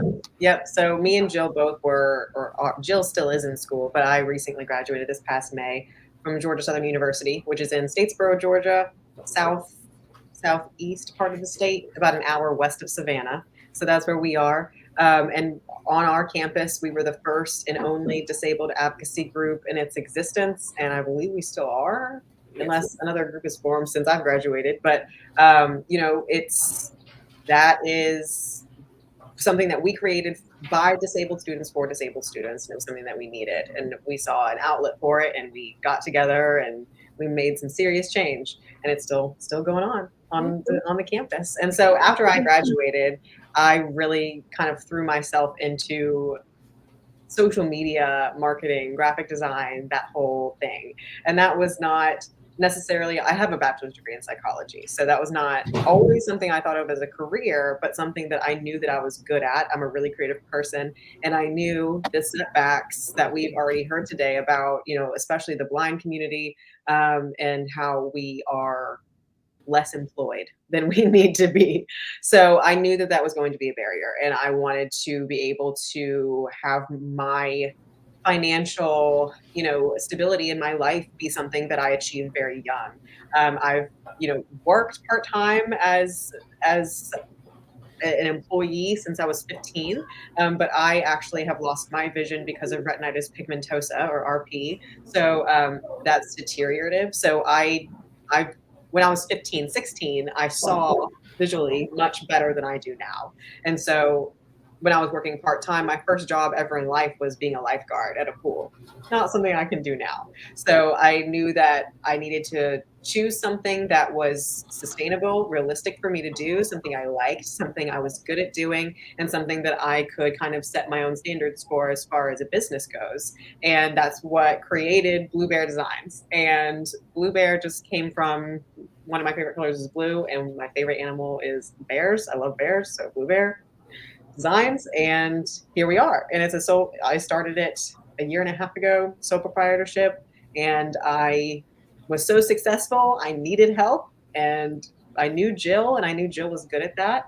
And she is she is my only marketing director, is technically, I guess, her job title, but me and her are a two-man show. And it's been really amazing to be connected with Synergies Work and see that we're not the only people that are doing this, obviously.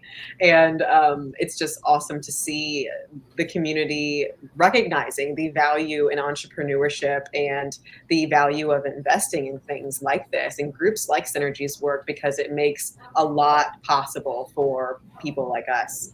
And it's something that not only gives us equity, but it breaks down barriers to the point where we can create our own wealth and our own tangible businesses and things that we can pass on to our kids and things like that. So I think it's very valuable, and I'm very excited to be here. Absolutely. You know, like when I came on to the Blue Bear team, I was working, what was it, like 3 different jobs, trying to, you know, get my money together. And I was, you know, overworking myself. And Madeline's like, look. And you were a full-time college student at the same time. Well, it was chaotic. Talk about bread and butter thin. Yeah. And then Madeline's just like, I need a marketing director. I know you can do this. Come on. Like, she kind of helped me be able to fix that big burden that I was in. And that's something that the disabled community does for each other. And I think that's really great, really excellent. Like, I would still be spreading myself way too thin if it weren't for this connection I had because of SDAG. And that is continuing through that time. And I think that's something that Synergies is definitely fostering as well.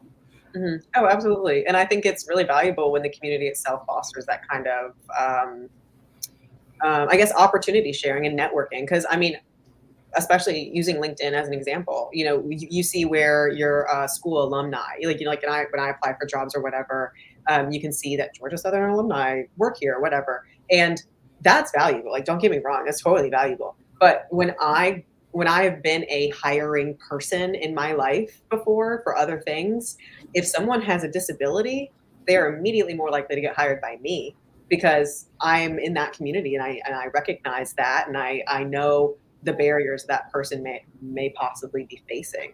And that's what I love about this community is that we always have each other's backs, 1. And 2, I feel like we always spread the success. That if I'm successful, I want you to be successful and you want this other person to be successful because when one of us or multiple of us thrive, we all thrive. So why would you not want that for someone else? So that's especially what I love. Like, you know, don't get me wrong, being blind is hard. Don't get me wrong. But the silver lining of that situation is what is one of my most favorite things about just being on this earth today and being alive is that I get to have this special community that gets it and understands what it's like to have these struggles, but also values my skills, values my mindset, values what I care about. And we're willing to give each other all these opportunities that all make our lives better. Because let's be real, when you invest in the disabled community, you're really investing in your own life. Because one of the first things that me and Jill have really talked about with SDAG and advocating for disabled students and getting young people to really understand what disability is like is that disability is something that will happen to you. It will either happen to you through an accident, through genetics, through old age, but being disabled in some way is inevitable. We all become disabled at some point in our lives. And that's something that we can, you know, proactively solve as a society for our own selves and for our kids and for our neighbors and for our friends. So that's why it's so important. Circling back to investing, especially during this time with the holidays and Thanksgiving, you know, it's really easy to you know, give to charity or give to, you know, the whatever you do and volunteer and stuff like that, but investing in something where you can tangibly see your investment make a difference in somebody else's life, but you also know that that investment is going towards something that is creating a snowball effect. And the more we invest in this minority group, the more we're investing in society in its whole. And I think that that's really important to advocate for and educate on. Absolutely. When the disabled community does well, everybody does well. Not just because of this idea of universal design, but also, you know, like Dan was saying earlier, you just end up adapting in whatever way you need to. And that's a very innovative way that you end up transitioning and using your own skills. And that's powerful in itself. And that's something we should value and encourage in these circles. And Jill, just for everybody that doesn't know that's listening, can you kind of define universal design? What is that? I'm trying to think of the best way to put it. But universal design is essentially the concept that, Madeline, you might have to help me out. I'm very brain foggy. Oh, it's okay. ADHD brain, I heard you. Yes. So universal design basically is, I totally put you on the spot there too, I'm sorry. Universal design is kind of the concept of creating a space or an environment or a system that is accessible, not because disabled people need it to be accessible, but because it's accessible from the get-go. Therefore, you don't have to come back and change it later. It's universally designed, so you can make it once, you can design it once, and you don't have to account for accessibility of your product or your space or your whatever later. So when the easiest way to describe that is with architecture, right? With a building and putting stairs in certain places, but not putting ramps up and things like that, not making a building accessible to somebody who's a wheelchair user. And universal design would say, hey, let's design this building so the wheelchair user, the service dog user, and everybody else with a disability can easily access this building. And we don't have to come back and refurbish it later because it already exists that way. But not having universal design would be something where you design a building maybe more for an aesthetic reason or the way it looks. And you put stairs in certain places, or you make doors really complicated or really heavy and things like that. Some design qualities of buildings aren't accessible. And so that's kind of the idea around universal design, is creating something, whatever you're creating, should be accessible from day one. And then once it's designed that way, you don't have to come back and change it later for accessibility. So if we did that, if the world was designed with universal design, it would be a much more accessible place, obviously, but we are still, kind of getting through those barriers. What is accessible? What is good universal design? How do we standardize that? What does that look like? How much does it cost? So, there's a lot that goes into that, but it's definitely worth investing in. Absolutely. Absolutely. So, yes. So I believe we will be moving on in the next couple of moments to another interview with Kymberlee Baker. But I will be peeking out. She's here. So, but it was great talking with y'all this morning, and I hope y'all invest in excellence and continue to do the good work. Y'all have a good one. Jill is on her way to do some serious work with that organization. And you can really Jill. I'm just going to plug you in and brag about you while you're gone. Oh, good God. No, it's all good. It's all good. Bye, y'all. Bye, Jilly. Bye. But yeah, Jill is on her way actually to do some tabling on her campus with trivia. They're doing a whole week of access, bringing accessibility awareness to campus, and they're doing trivia this afternoon on campus. So. Hey, Kymberlee. Oh, okay. See, look, you got coffee. I got coffee. Look. You're muted though. I can't hear you. Yeah, I was like, just give me one more minute. I have to do something so important. Oh no, you're good. Coffee. How are you? I'm great. How are you? I'm good. Just running around. Okay, are you drinking hot coffee or cold coffee? You're in a mug, so you got hot coffee, don't you? Well, I have. No, you're gonna laugh. This is tea, but my coffee is right over there. Drinking double. Yeah, I like cold coffee though. Some people are like, ew. I'm like, yeah. My father, who is in his 60s, I mean, corporate America, coffee drinker, hates iced coffee. Cannot understand why I would drink iced coffee. And I really think it's because he has had too many instances, like at work, where he's picked up his coffee expecting it to be warm, and he drinks it and it's like cold. So and like that's gross. So he's like, yeah. He's traumatized. Yeah, yes, I couldn't go back. I was like, this is the way. Right? Yeah, and me and my mom love iced coffee, so that's okay. More for us. Right. Give it to us. Now, do you get it from Starbucks? Oh no, Dunkin' Donuts is my go-to. My go-to 100%.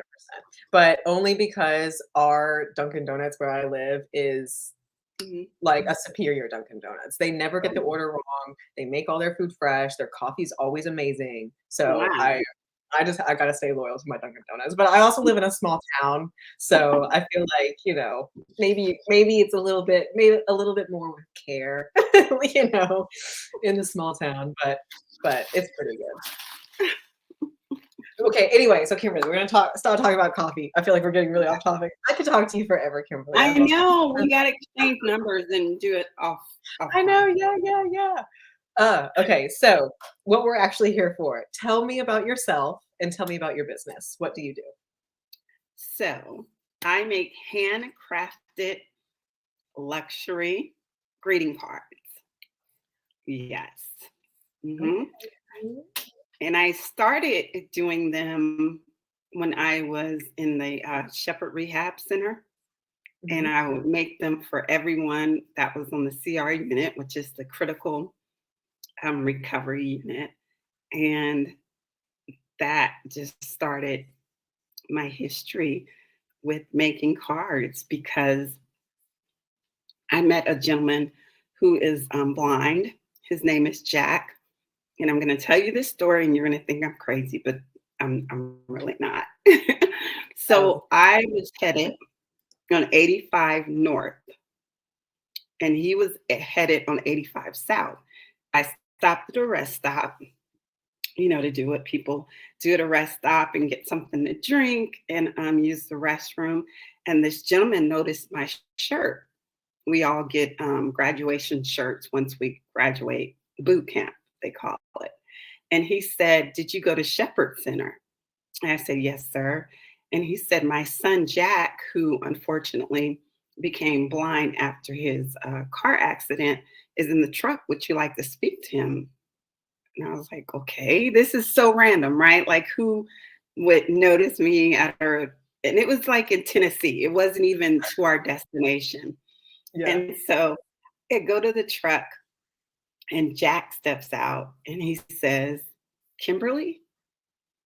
I'm like, "Yes." He said, "I always wanted to thank the person who wrote me that card in the hospital." What? Wow. Yeah, so after bawling my eyes out for about 4 hours. You're gonna make me Yeah. cry. I know. Me and Jack stayed in touch, and he is the reason why my first Braille collection is going to be named after him. It's going to be Jack's collection because I know he is the reason. He is the reason why I knew I had to do this because at that time I was in an intersection. I didn't know which way to go because I had just lost, my job. Of course, after you get, I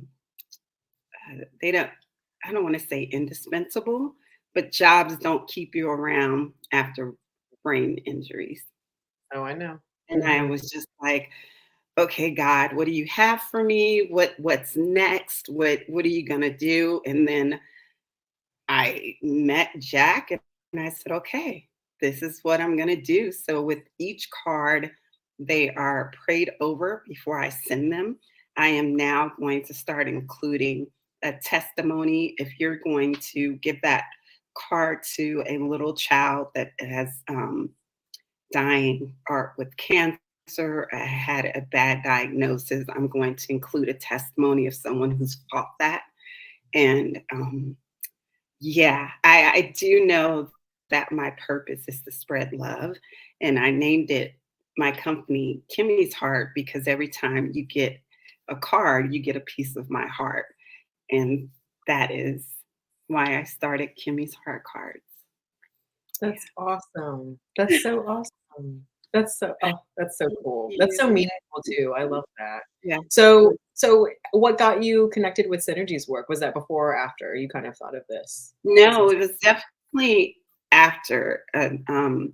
Because before, when I was working, I worked 16-hour days. I didn't have time, of course. And it's only by the grace of God that I became. And I don't like the word disabled because there's nothing disabled about us. We're so able to do anything. But I became, quote unquote, disabled, that I was able to meet a young gentleman named Brandon in our support group. And one of the leaders knew that I like to make cards. And she was like, well, Brandon likes to make scarves. I was like, really? So I got in touch with Brandon and he was like, yeah, I had joined this company called Synergies Work. And I said, well, let me give it a try. And so I applied and the first time they were all full. And then I applied again. And that's when Artie had interviewed me. And I was like, she's like, okay, you're in. And I was like, what? I was like, what? And so the 13-week training just blew my mind. Like, all the knowledge you learn is ridiculous. Like, you can't get this in the quote unquote normal world without paying thousands of dollars, Mhm. because people just don't give it to you like this, free, especially free. They just don't. They just Oh, don't. yeah. I 100% agree. I think it's yeah, that's what really impressed me with Synergies Work when I came across the organization for the first time was just how much information you learn. I mean, because trying to navigate starting a business is hard. I mean, for anyone. If you start from square one and you have no idea what you're doing, it's hard to figure it Mhm. out. Then throw Right. in whatever disability you've got Right. going on, and it's gonna be even harder. Yeah. So, Yeah. yeah, I thought I was Yeah. very impressed with how much difference it really does make in people's lives. I mean, Yeah. it's yeah, exactly. Mhm. Yeah. Because So anywhere you go, Mhm. oh, go ahead, No, go go ahead. ahead. No, no, no. You go. So I have my next question for you. But I wanted to know kind of what obviously you kind of talked about what inspired you to, create this business and all of that. What kind of inspires you to keep you going? Is that same story, or do you have like have you Oh, met anybody Lord. or really seen the difference in anything that really keeps you motivated? Ooh, that's a lot. So I would definitely say what first keeps me motivated is my faith. Second, yeah, that is a great question. Second, what keeps me motivated is that I meet and no, I'm sorry. I have met so many people like me, and it's just that I'm not alone. So that's another thing that keeps me motivated. And the fact that I can touch people with my cards, because I used to, and I still do, but not as much. When people get my cards, I said, just take a picture of the person's reaction once you give them out. And to see that, it's just like, whoa. Like, it's just me making a card from my heart. And yeah, it motivates. So that is a motivating factor. And then know that people are behind me. I didn't start off where I'm at, but then the people that stuck with me and coached me to be better, to become better, that is a huge, huge motivator. Oh yeah, that's awesome. And I think that we sometimes forget the value that a written card, when we're going through a hard time and we're given a card, how much that really can make a difference, Yes, yes. And Especially if you the art mail of it. writing. Yeah, if you mail it and that person's not expecting anything, and because you don't know where people are nowadays, and everyone feels isolated, everyone has been alone. And if you could just mail them a card and they walk to their mailbox and they get that card, and it's just, that's priceless. And they It is. keep it forever. That Mhm. is definitely priceless. Yeah. Oh yeah, absolutely. I've been given cards in my lifetime that are decorative and have that Mhm. little like line Mhm. of braille, like maybe on in the inside or whatever, and Yes. that I've kept those cards. I put them in a little treasure trunk, like underneath my Yes. bed too, but Yes. I've kept them all. Yeah, they're really Yeah. special. Mhm. Yeah. Mhm. So Mhm. my next question is what what kind of I guess is your big dream? We've asked a couple of people like what is your North Star? Where do you see yourself in 10 years? What would your business Oh my ask? goodness. Oh my goodness. Big dream. Big dream would be that, of course, my cards are sold everywhere in hospitals, gift shops, but oh, big dream. Ah, but bigger than that, the proceeds would go to start a trauma center for young women of Okay. any type of trauma. Yeah, so I that would love be that. big dream. Yeah, yeah, I love that. my big I dream. love that. Okay, so tell us where we can buy some of your cards. If I wanted to buy one, where would I go?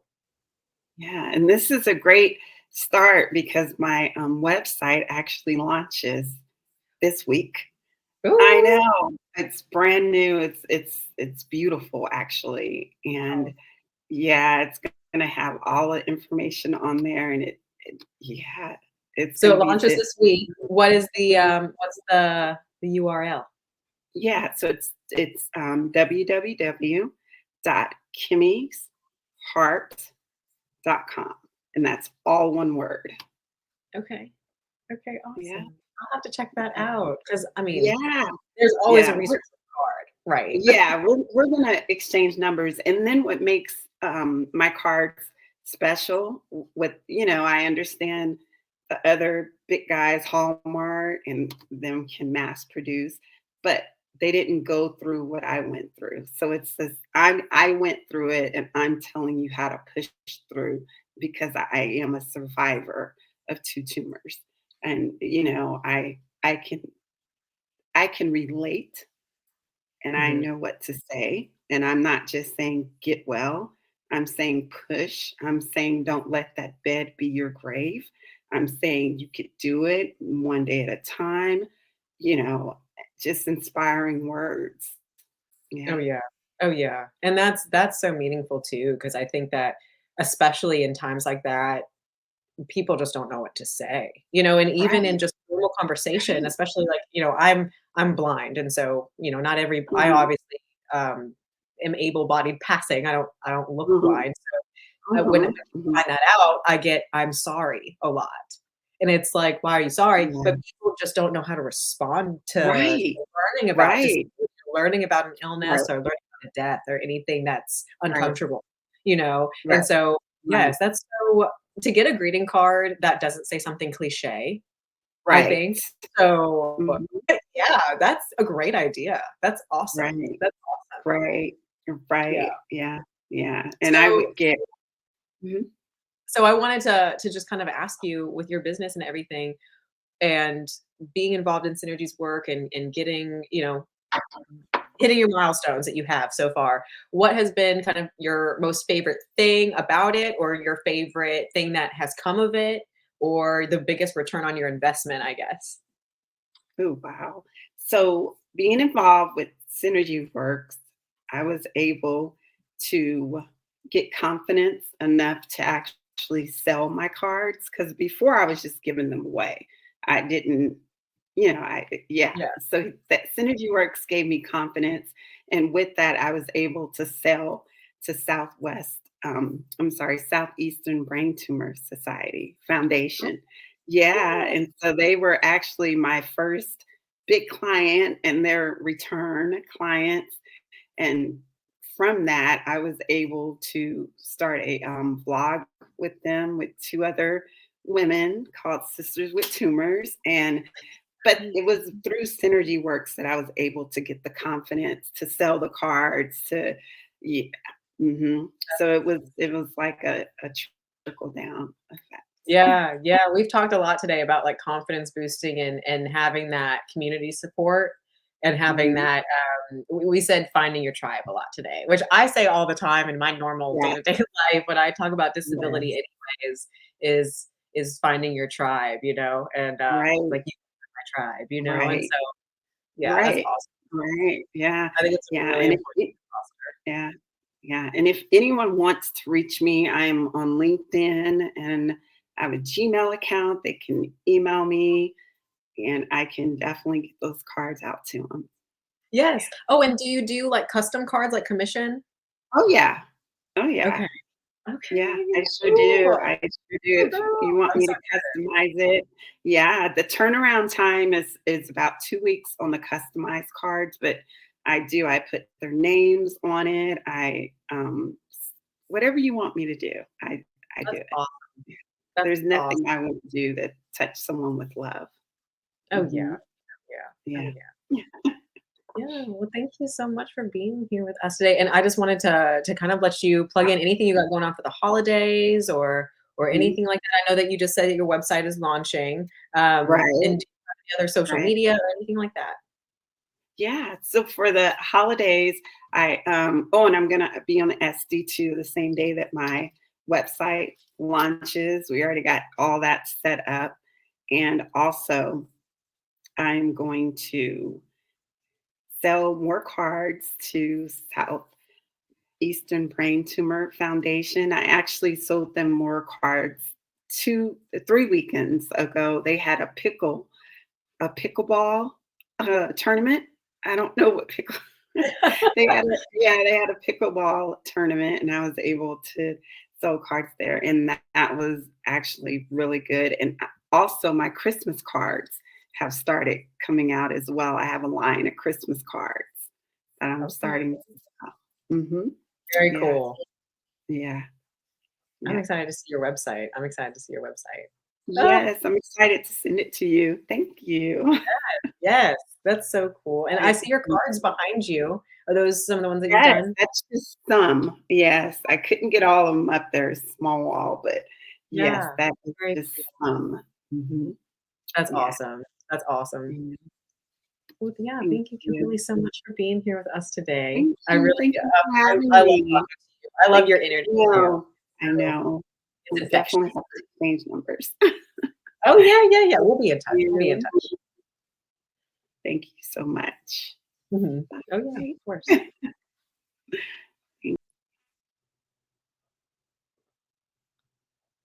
Hey, guys. I love Kymberlee. Kymberlee's so funny. She just makes me smile. Next up, we have Kevin Cross, I think. Kevin, hello. Hello, how are you? I'm doing great. How are you? I'm doing fabulous. Good. Thank you for being here with me today. Well, thank you for having me. Oh, yeah, of course. And I do want to give you the opportunity to introduce yourself. Well, first, I will say hello. My name is Madeline. I know that we met last night, but I am also visually impaired, so I feel like I should tell you I'm a white woman, red hair, red curly hair, green eyes, and that's just visual description for you. All right.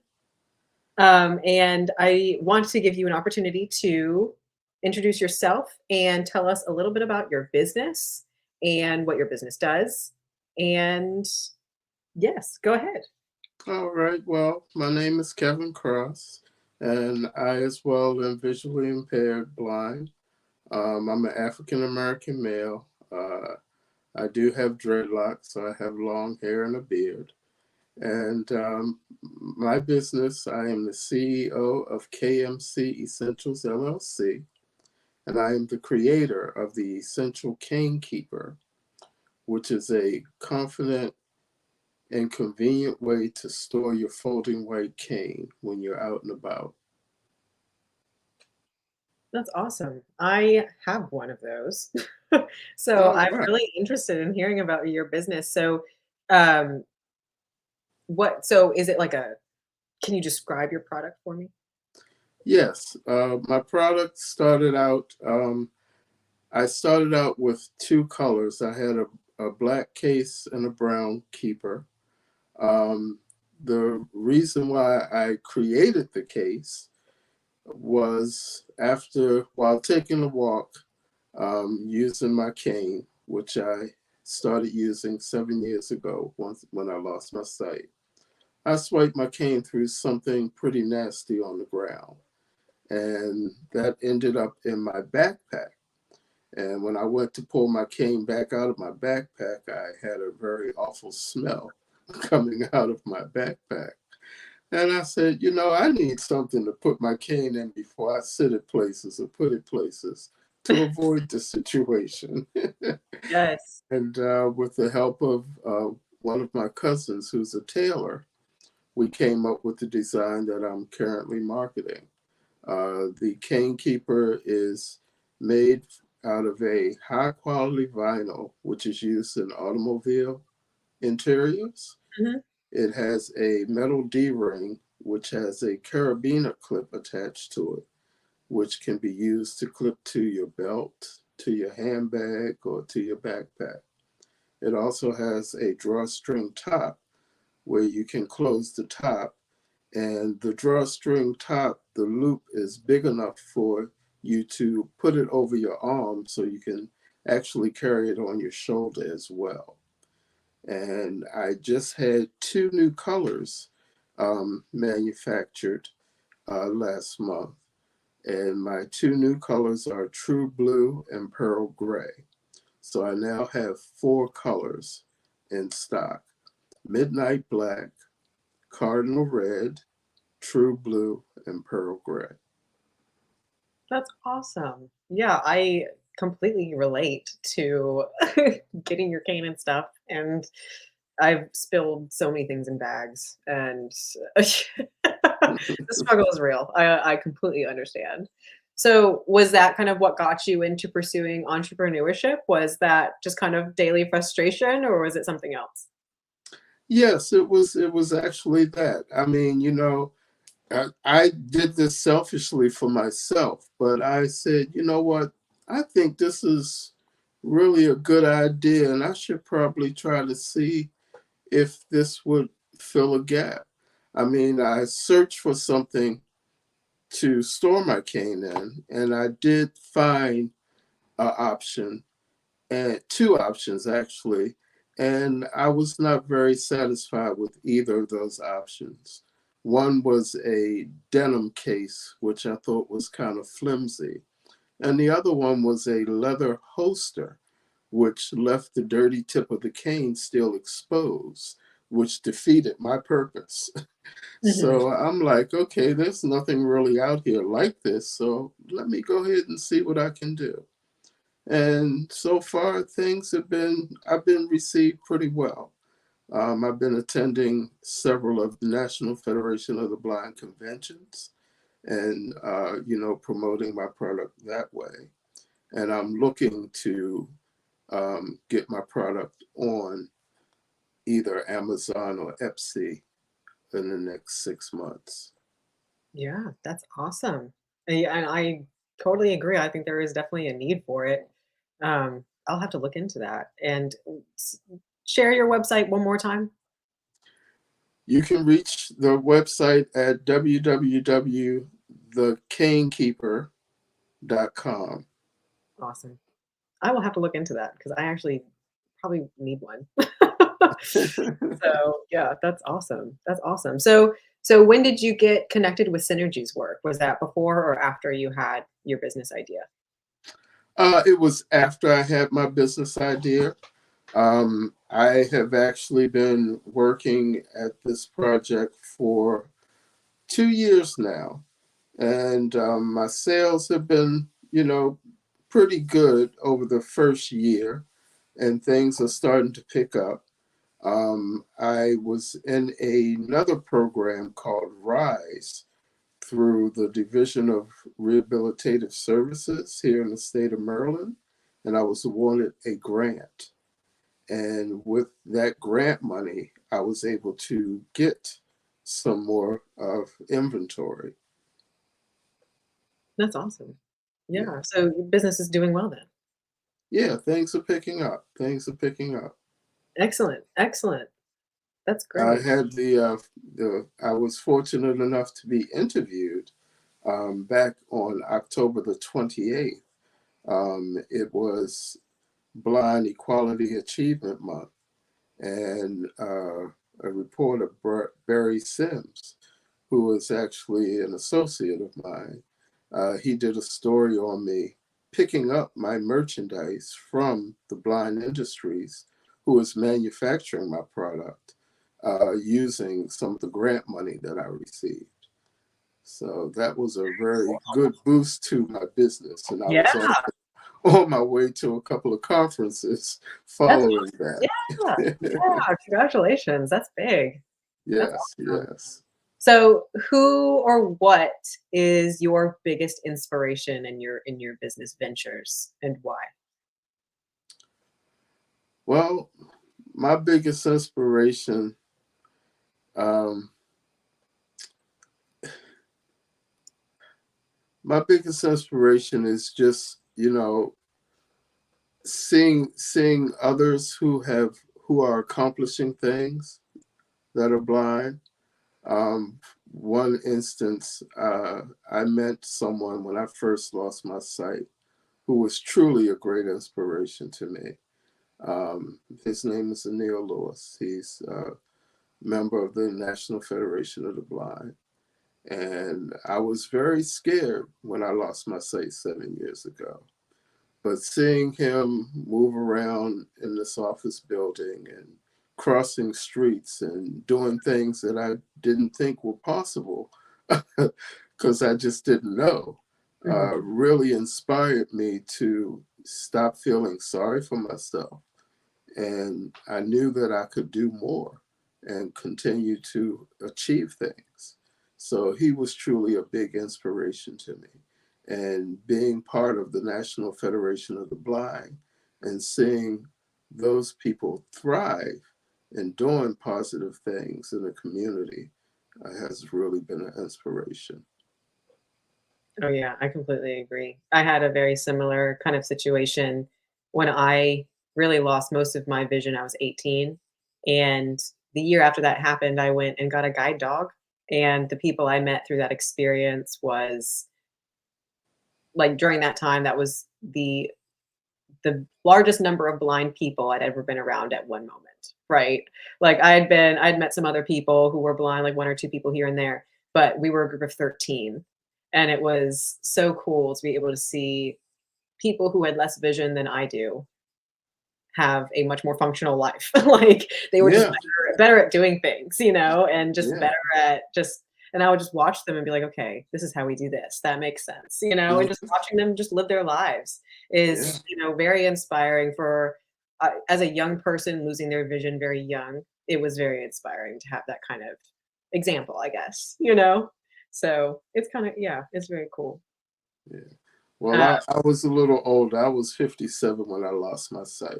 So it was a bit of an adjustment for me. Yes, I absolutely. I mean, I think it would almost be harder to go an entire sighted life and then have to readjust halfway through. I mean, that would be tough. Absolutely. But, you know, on that note though, what are you most thankful for as a business owner? I'm most thankful for all of the help and assistance that I've been getting from the various organizations. Synergies Works, they have been just a blessing, helping me think differently about how to do things for my business has been one of the things, and just the wealth of information and the folks that they've put in front of us, giving us this information has been invaluable. And it's helped me focus on where I need to go from here on to bring this company to the next level. Oh yeah, that's awesome. What do you think is the most like useful tip or like tidbit that you would want to share that you've learned through Synergies Work that has been the most helpful? Networking, certainly. Having a good network of people around you, having those resources available for you is really invaluable. Oh yeah, support system and networking. There's so much power in networking. I think it's, you know, it's who you know. You know what I mean? Yeah, well, I just had a conversation with someone I was on a support group call with. He has designed and created a hiking mobility cane called the All-Terrain Cane. And we were talking because I've been interested in hiking this Allegheny Passage, doing a trail hike with a group to maybe raise funds for our organization. And talking with him, I may be designing a keeper for his all-terrain cane. So just, you know, having connections like that, meeting people who are doing different things can help your business. It's helping my business. I may be, you know, creating a keeper to store his canes and that he'll be selling. Yeah, that's awesome. That's awesome because I go hiking quite often. Actually, I have some family that live in the North Carolina mountains, so and that's really a huge reason why I wanted to get a guide dog was to go hiking. But now that I know that there's a cane, that's Yes, capable of helping me with that. That's pretty cool. the all-terrain cane. I'll go ahead and push his push his business too. And he's a blind inventor. He created that cane for hiking. He likes to hike. Yeah, So that's yeah, awesome. That's very cool. Very cool. yeah. Well, I wanted to give you the opportunity to kind of plug in anything for the holidays that you got going on, or any extra information that you would want to share with anybody about your business, or anything else that you want to share at all.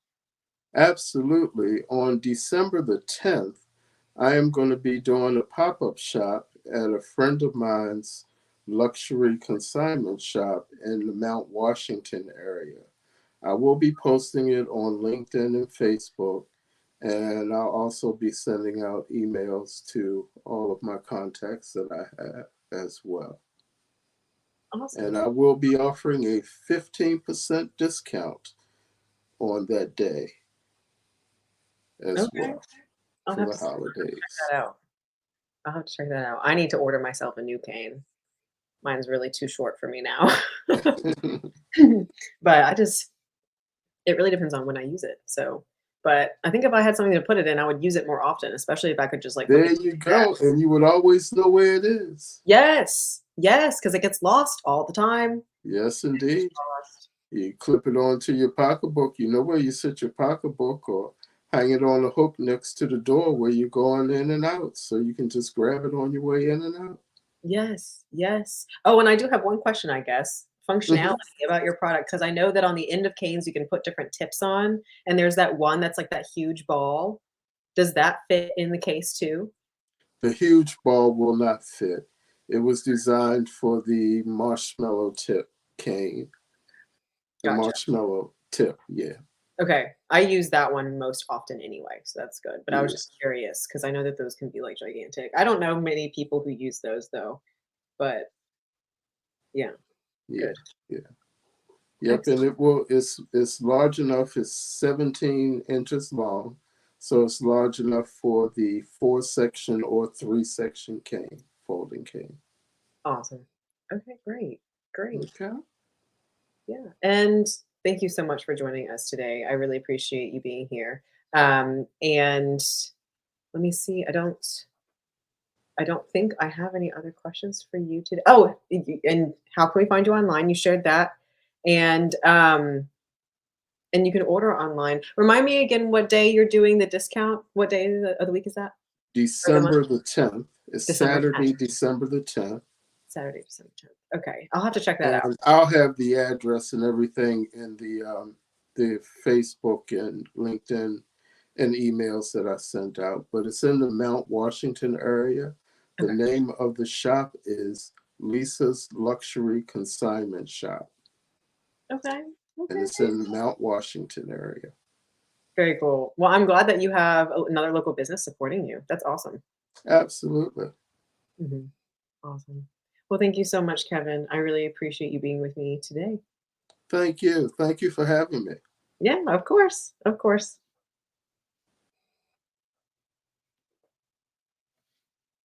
Okay, guys.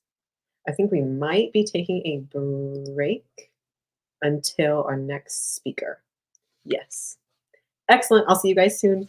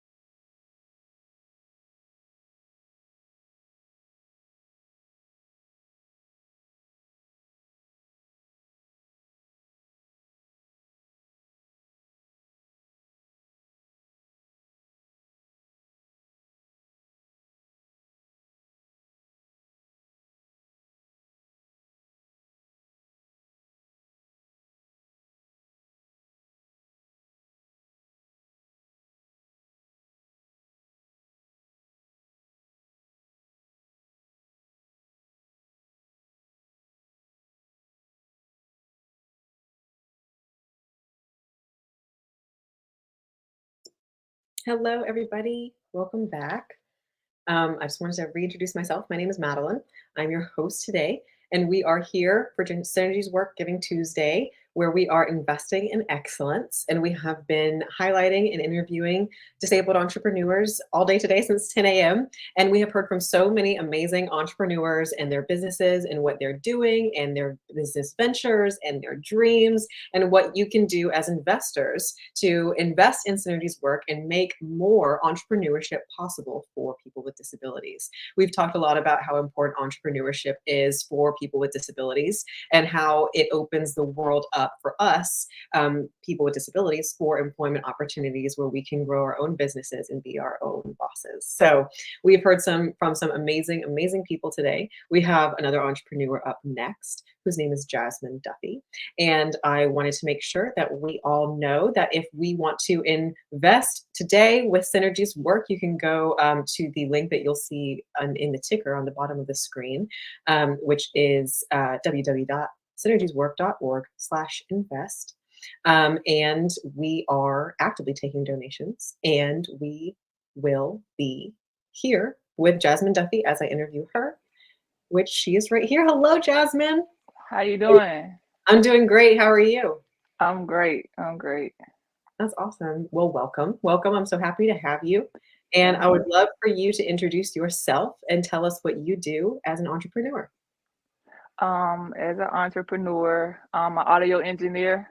So I do recording, mixing, mastering, producing. But before all of that, I am a spoken word artist. And me being a spoken word artist is actually what got me into everything else, the audio engineering and behind the scenes. Also in addition to that, like I just started another business, a DTG printing company.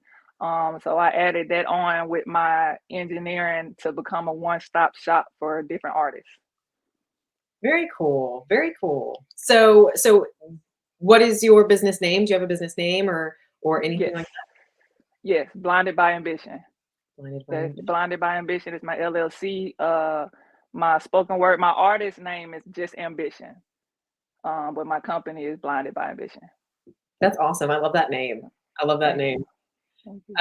So I wanted to kind of ask you what got you into entrepreneurship and then what brought you to Synergies Work? What got me into entrepreneurship? Not wanting to depend on other people. I'm completely blind. So I feel like when it comes to a lot of time in the workforce, when it comes to people with disabilities, we're just given jobs. And in order for me to, make a living or be able to survive, I just had to take what I was given, and that wasn't acceptable for me. So I just wanted to create my own avenue so I wouldn't have to just take what was given, basically. What led me to Synergies, I would have to say an angel, because ever since dealing with Synergies, my business has blossomed so much. I think before dealing with them, it was just an idea, like just something I wanted to do, and they kind of push you out there. They like, okay, you have a disability, what next? Mm-hmm. Like, so they help you get past the disability part of entrepreneurship, and they introduce you to so many, oh my God, so many different avenues of networking, other people with disabilities that you can connect with. It was just amazing. Oh yeah. Oh yeah. What do you think is your most meaningful connection that you've made through networking? Artie. she's a blessing. Like when they call me, Artie,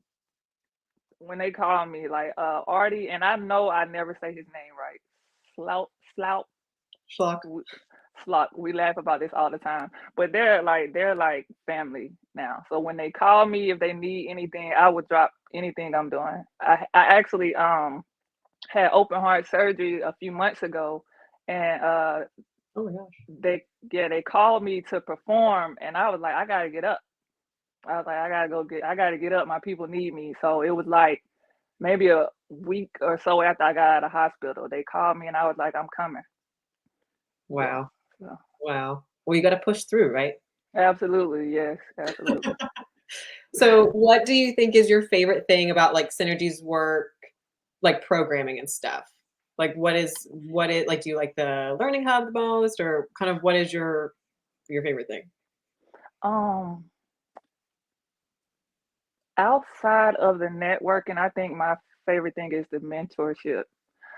Because they kind of like with other programs, you go through a program and then they kind of just push you out and forget about you. With Synergies Work, they link you with somebody who somehow, whatever your business is they connect you with somebody that can continue to help you throughout your, entrepreneurship. They don't kind of just leave you hanging. So my mentor is amazing. Like, and we link up. She helped me with everything, and she has introduced me to so many people. Oh my God. So I would say the mentorship. Oh yeah. Tell me more about your mentor and y'all's relationship. Oh, we could sometimes cause originally when she linked me with her, she was like, I'm so excited. Like, I'm like, me too. So I went strictly into talking business, and she was like, hey, that's not what this is all about. Like, if you're having a bad day, call me. We can talk about it. Or if you need help with social media, I'm gonna link you with somebody I know that's in that field. Or if you need and that's my weak point, social media. So she linked me with this young lady, and oh my God, like she was spitting out information, and I was like, okay, wait a minute, don't do this on TikTok, don't do this on so it's just anything I had a problem with, it's like she was able, if she couldn't fix it herself, she connected me with someone that she knew could fix it. And Yeah. it's definitely more than a mentorship now. Oh yeah. Have you met anybody cool through your mentor? Have you been introduced Oh, to anyone? absolutely. Like professors and everything. Yeah, like absolutely. Yeah. Okay, who's your favorite person? I would have to say my mentor, Mel. Oh, yeah. Yeah, she's my favorite out of it. Oh yeah. Well, that's an appropriate answer. Yeah. That's pretty cool. That's awesome. Yeah, That's awesome. definitely. So what is your, I guess because it's Thanksgiving, I've been asking everybody this, what are you most thankful for so far in your business and like all the success that you've had and stuff? What are you most thankful for? I think I'm more the opportunities that I've been given, because they're not always given, especially the people that with disabilities. So I'm so blessed for the opportunities that I've been given. Mm-hmm. Absolutely. And I guess I want to know more about like what kind of stuff that you do. Who are your clients? What kind of stuff that you do? Like, what are your projects you've been working on recently? As far as the audio engineering part, I'm actually working with I'm one of my artists. I record myself. I do all my music. I actually linked up with this program where I was actually invited. It's a project that will be dropped January 1st. And it's 10 engineers. Everybody on the project is blind, and I'm one of the writers. Very cool. So we're dropping they're dropping a project January 1st, and after they drop the project, I'm dropping mine because they're gonna do like social media blasts. So I just figured I would bounce off of that and then drop mine. Yeah, that's awesome. Yeah. That's so cool. Thank you. Yeah. And I know that you perform. Do you have a performance you can share with us?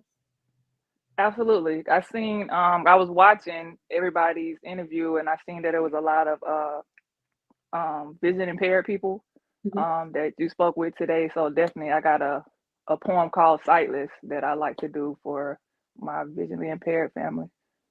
Okay. Yeah, I would love to hear it. Okay. You ready right now? Yeah, if you're ready right now, I'm ready right now. All right. Okay. So the name of this poem is Sightless.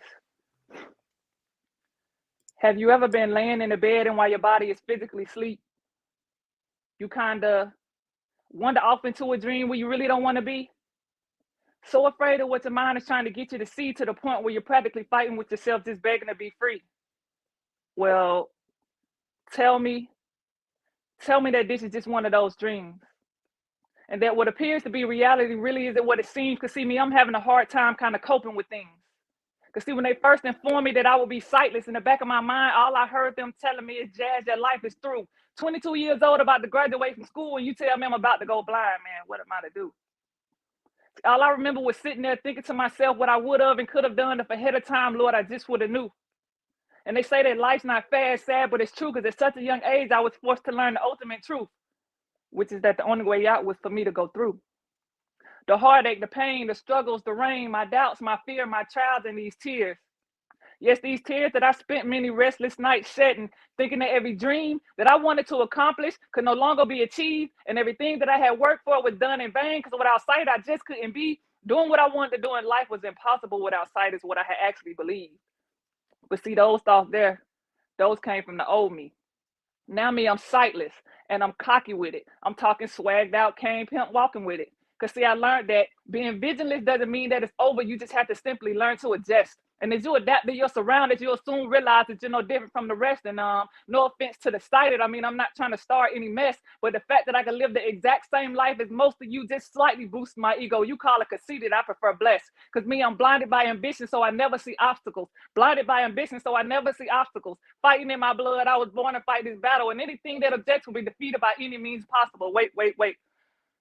I need to pause for a minute, because I would like to take this poem biblical if I have your permission.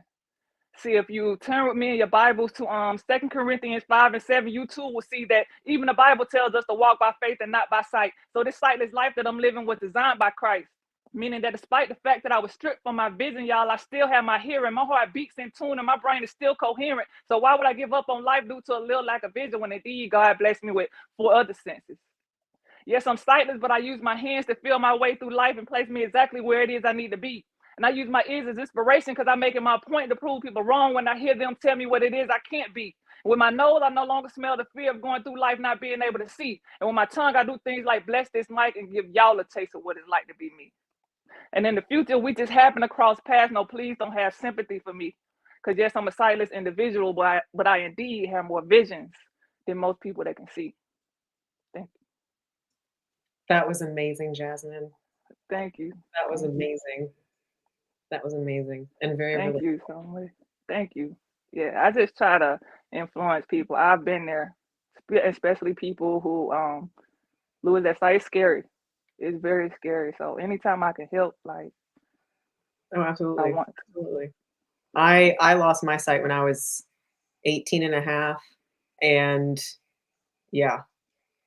And that's so young. Like, you're just starting life. Like, that's so young and so scary, and just yeah, I definitely understand.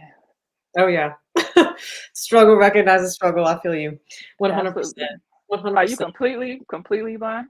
No, I'm partial. I have about 8 degrees of central vision. Okay. So just a little bit, but yeah. You still understand though. Yeah. Oh, of course. And just, I think the hardest thing for me is sometimes not having all that independence, you know? We just got public transportation in my town. So. Same with me. And you don't know how many times I'm like, you know what? I'm gonna just try to drive. I'm gonna do it. Like, well, we got Dan out here. Fastest man alive, driving cars. Right. I heard that, and I was like, whoa, this man's got it figured out. Yes. Oh my God. Yes. Like, it's crazy, but yeah, definitely independence. Like, I go get mine. Like, the only thing people will be able to tell me not to do is drive. Like, I feel like we figure out a different way of doing things. So, 100%. Yeah. 100%. Oh yeah. And I kind of want to ask you, do you have like, because I know you're working on this project with all the team of blind people, do you have a lot of clients and work with a lot of people that have disabilities or that are visually impaired, or is that kind of coincidental? I do not. I'm only working with one artist right now that's visually impaired. He's completely blind as well. That's the only artist that I'm working with a visual impairment. Everybody else is, I guess what the world will call normal. But yeah, I work with just one guy that's completely blind. But everybody else, all my other customers come in word of mouth. And business has been crazy. But what Synergies helped me with was my printing company. So I basically take the artist, I record all their music, and usually as an artist, you have a brand, right? So after we get done recording, I'm like, let's sit and talk about your brand. Like, what are you gonna wear? What's your stage name? Let's put it on your clothes, and that's how I get my DTG printed introduced.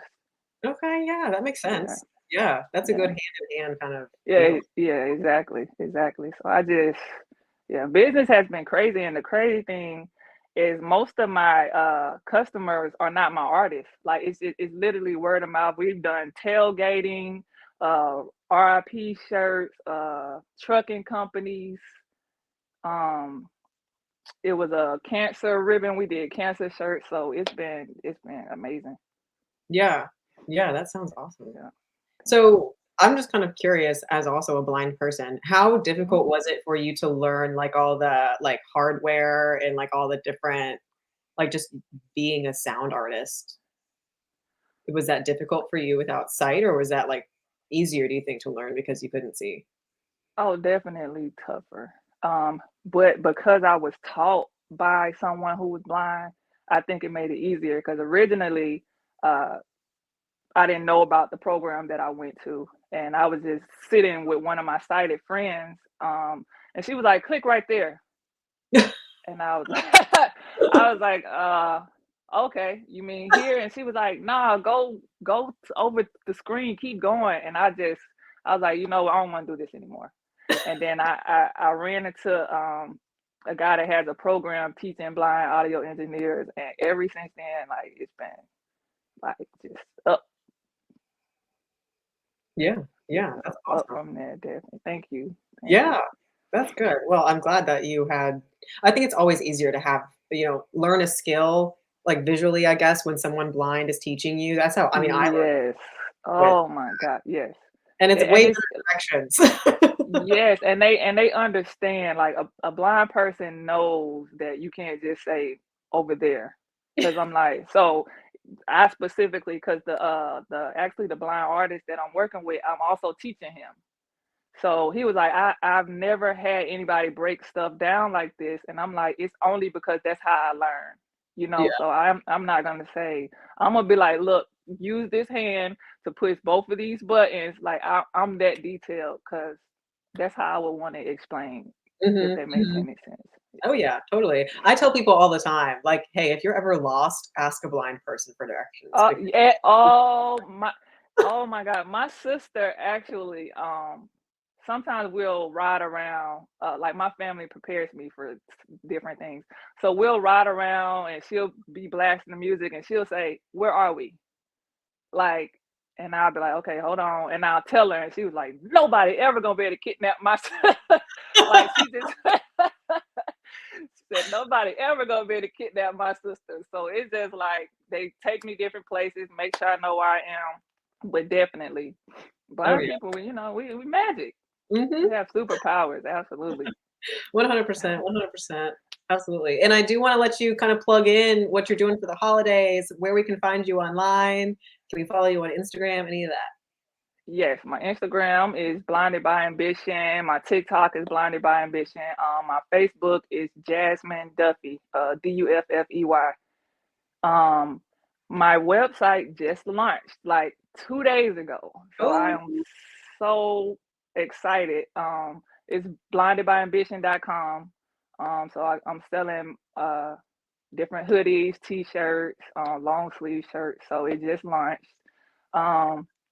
Also coming up for the holidays, we're gonna be doing our second annual Feed the Hungry drive, and we're also adopting 5 single parent households to help get gifts for their kids. Oh, awesome. So that's what I have coming up for the holidays. Very cool. Yeah, I'll have to check out your merch. I kind of want a sweatshirt now. Thank you. Yes, absolutely. And it's a lot of inspirational. Like if you can't, I don't know if you could visually see it, but if you need help, like just reach out to me. I can have somebody walk through all of the designs, because it's a lot of stuff on there for us. Like walk by faith, not by sight. It's a person walking with a cane, says try walking a mile in my shoes. It's like different inspirational sayings. So definitely. Awesome. Yeah, it's always tough to find like good merchandise that's Yeah. like for the blind or even just for anybody with a disability, you know, like Absolutely. Yes. because so much Absolutely. stuff online is like cookie cutter little like clip art designs, and I'm like, no. Exactly. Exactly. Yeah. When we're changing that, definitely.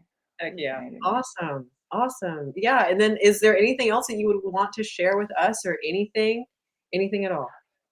No, just my website, and when the project drops that I have, I would definitely let you guys know. So, if you're interested in any type of spoken word, any music that I do, I'll definitely let you know. If you're following me, you'll be able to know when everything is released. Yeah. Awesome. Awesome. And then I think and we plugged in your website. Awesome. Yes, Yeah. Oh, yes, blindedbyambition.com. it's on the Yes. ticker. I see it. It's at the bottom of the screen, your handle and your website. Awesome. Yes. Awesome. Well, thank you so much for being here with me, Jasmin. I really appreciate it. I'm definitely going to check out your website because I'm a big Thank you. loungewear person. So I'm definitely Yes. going to grab myself a hoodie. Yes. Thank you. Thank you so much for the opportunity. Yeah, thank you. Thank you. Yeah. And for everybody watching, I just kind of want to recap and make sure that we know that we are here for Synergies Work Giving Tuesday. And we just interviewed Jasmin. And we are taking in active donations for Synergies Works Giving Tuesday, where you are investing in excellence. We've interviewed excellent entrepreneurs today, and we are continuing to take in donations, and you can donate at the screen, the QR code on the screen right here. You can scan that with your smartphone, with your camera, and it'll bring up the web page. Or you can go to our website at synergieswork.org /invest, and your donation will show up here and we'll be able to see it. And our goal right now, we're very close to $5,000, which $5,000 for those of you that don't know is a lot of $5,000 gives us the ability to help with all kinds of fees for starting businesses. So registration fees, things like that. The money goes to our entrepreneurs in our cohorts, and we are able to help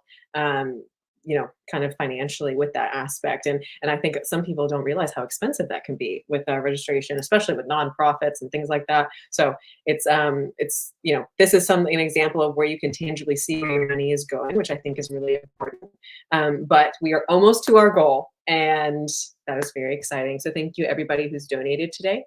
And yeah, make sure you scan your QR code, and you can share it online. You can go online to our Facebook page, our Twitter, or on LinkedIn, and you can not only share this live stream, but you can also share the link for other people to invest this Tuesday with Synergies Work. And thank you guys so much for being here, and we'll be right back.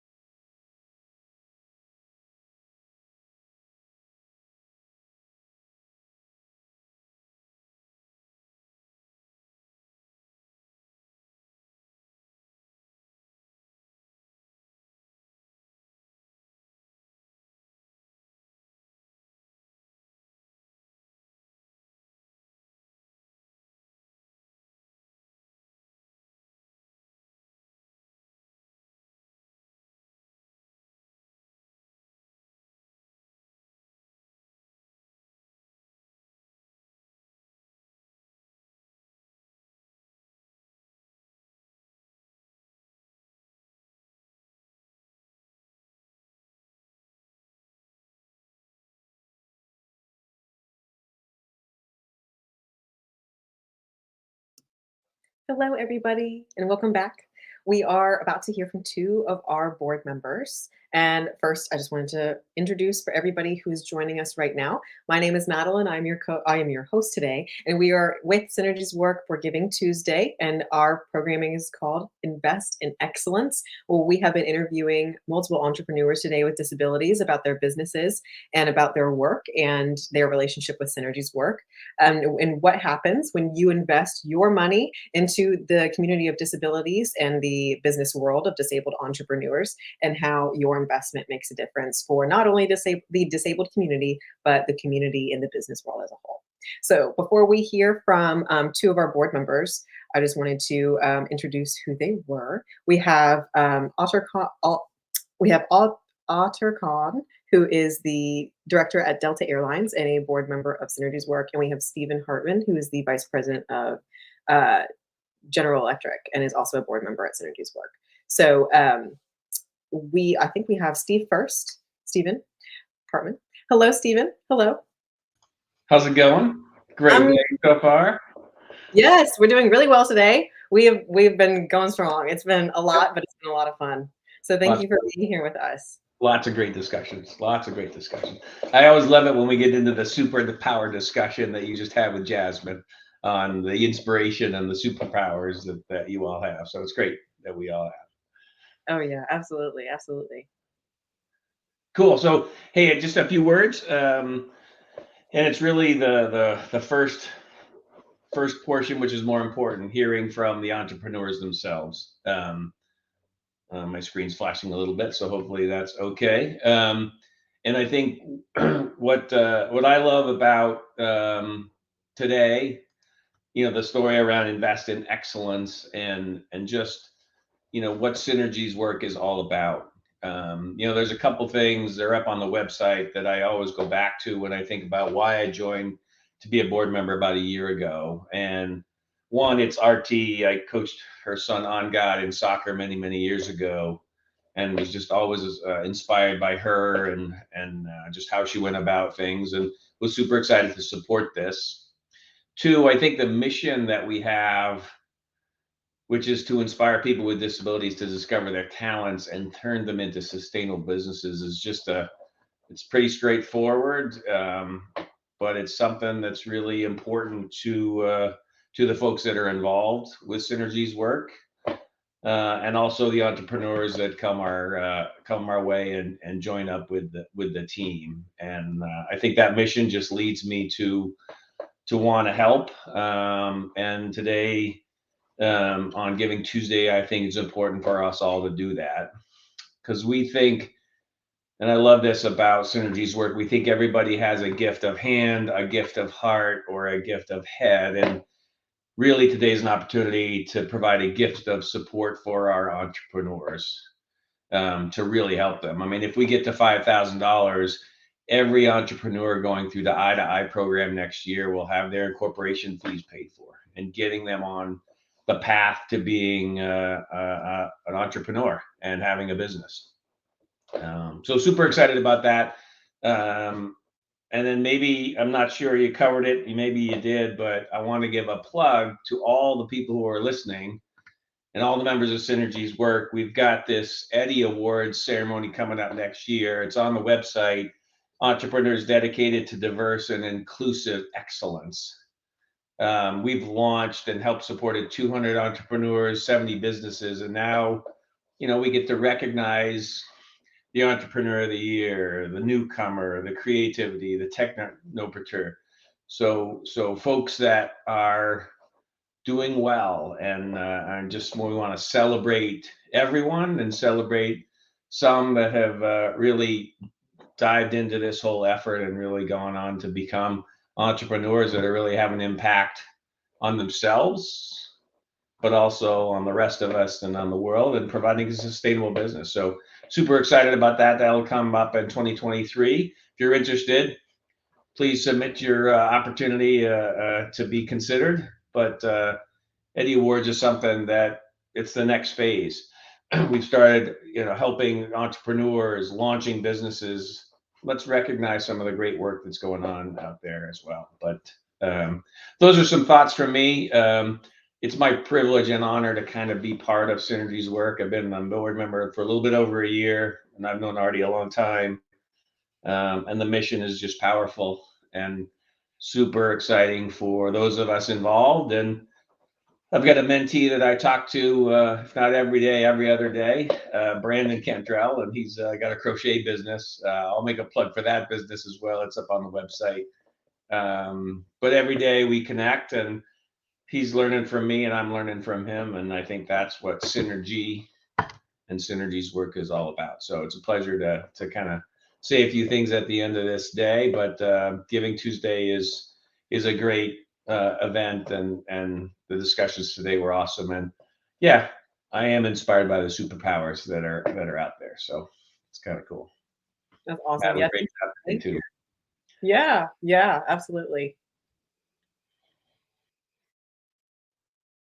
Awesome, y'all. And next we have our second board member, Athar Khan, who is the director of Delta Airlines. Hello. Hi there, Madeline. Thank you very much. For those who I haven't met, I'm Athar Khan with Delta Airlines. That's my day job, but I'm thrilled and proud to be a partner of Synergies Work, serving on the board with people like Stephen, who did a fine job of explaining exactly what is happening at Synergies Work and what Artie and team are engaged in, to really bring opportunities to turn people with handicaps or disabilities into entrepreneurs. And I'm really proud of being associated with Artie and her organization, her tiny organization that is very mighty in its actions. So it is a very proud moment to be able to come to this point where we are actually installing awards in place for people with disabilities who do some amazing work around the country.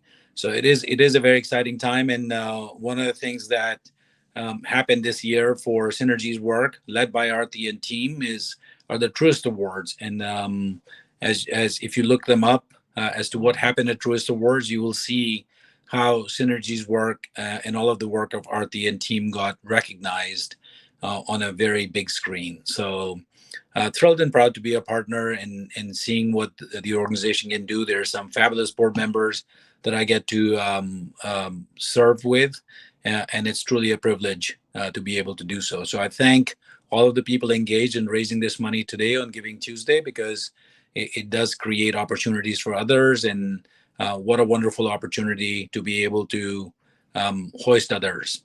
So thank you very much, Madeline. Yes, thank you for being here. And I completely agree. I think investing in this kind of community and this kind of work is truly what makes the world go round. I mean, we've talked today about universal design and how important it is to invest in communities that you may be a part of one day. So absolutely. Thank you so much for being here. Awesome. Thank you, everybody who's tuned in today. And again, I do want to reiterate that we are still taking in investments. You can definitely go online. You can go online to our website at synergieswork.org/invest to continue investing in Synergies Work. That is also a give that you can do monthly. You can give one time or give monthly. So I encourage you all to give a monthly investment to Synergies Work and the world of disabled entrepreneurship. It is so important to be able to have opportunities like this, especially in America, for people with disabilities. We've heard from a lot of different people today with a lot of different types of businesses, and that are very diverse in their abilities. And I think we've learned very well that no matter what your body may or may not allow you to do, that anything is possible if we have the drive to do it and we have the support around us to be able to support ourselves in our ventures and in our dreams. And so I think it's always great to celebrate Thanksgiving and giving back and being appreciative of what we have. But this is something that you can do all the time. It doesn't have to be Thanksgiving for you to support people with disabilities in their entrepreneurship and in their business ventures. This is something you can do year round. And as we've just heard, we have a lot of things coming up with Synergies Work over the next few months, including the Eddie Awards. So if you are a disabled entrepreneur or you know one and you think they deserve merit and an award and a spotlight, please visit our website and check out our Eddie Awards. It's going to be a really, really great event, and I'm really excited to see you guys all there.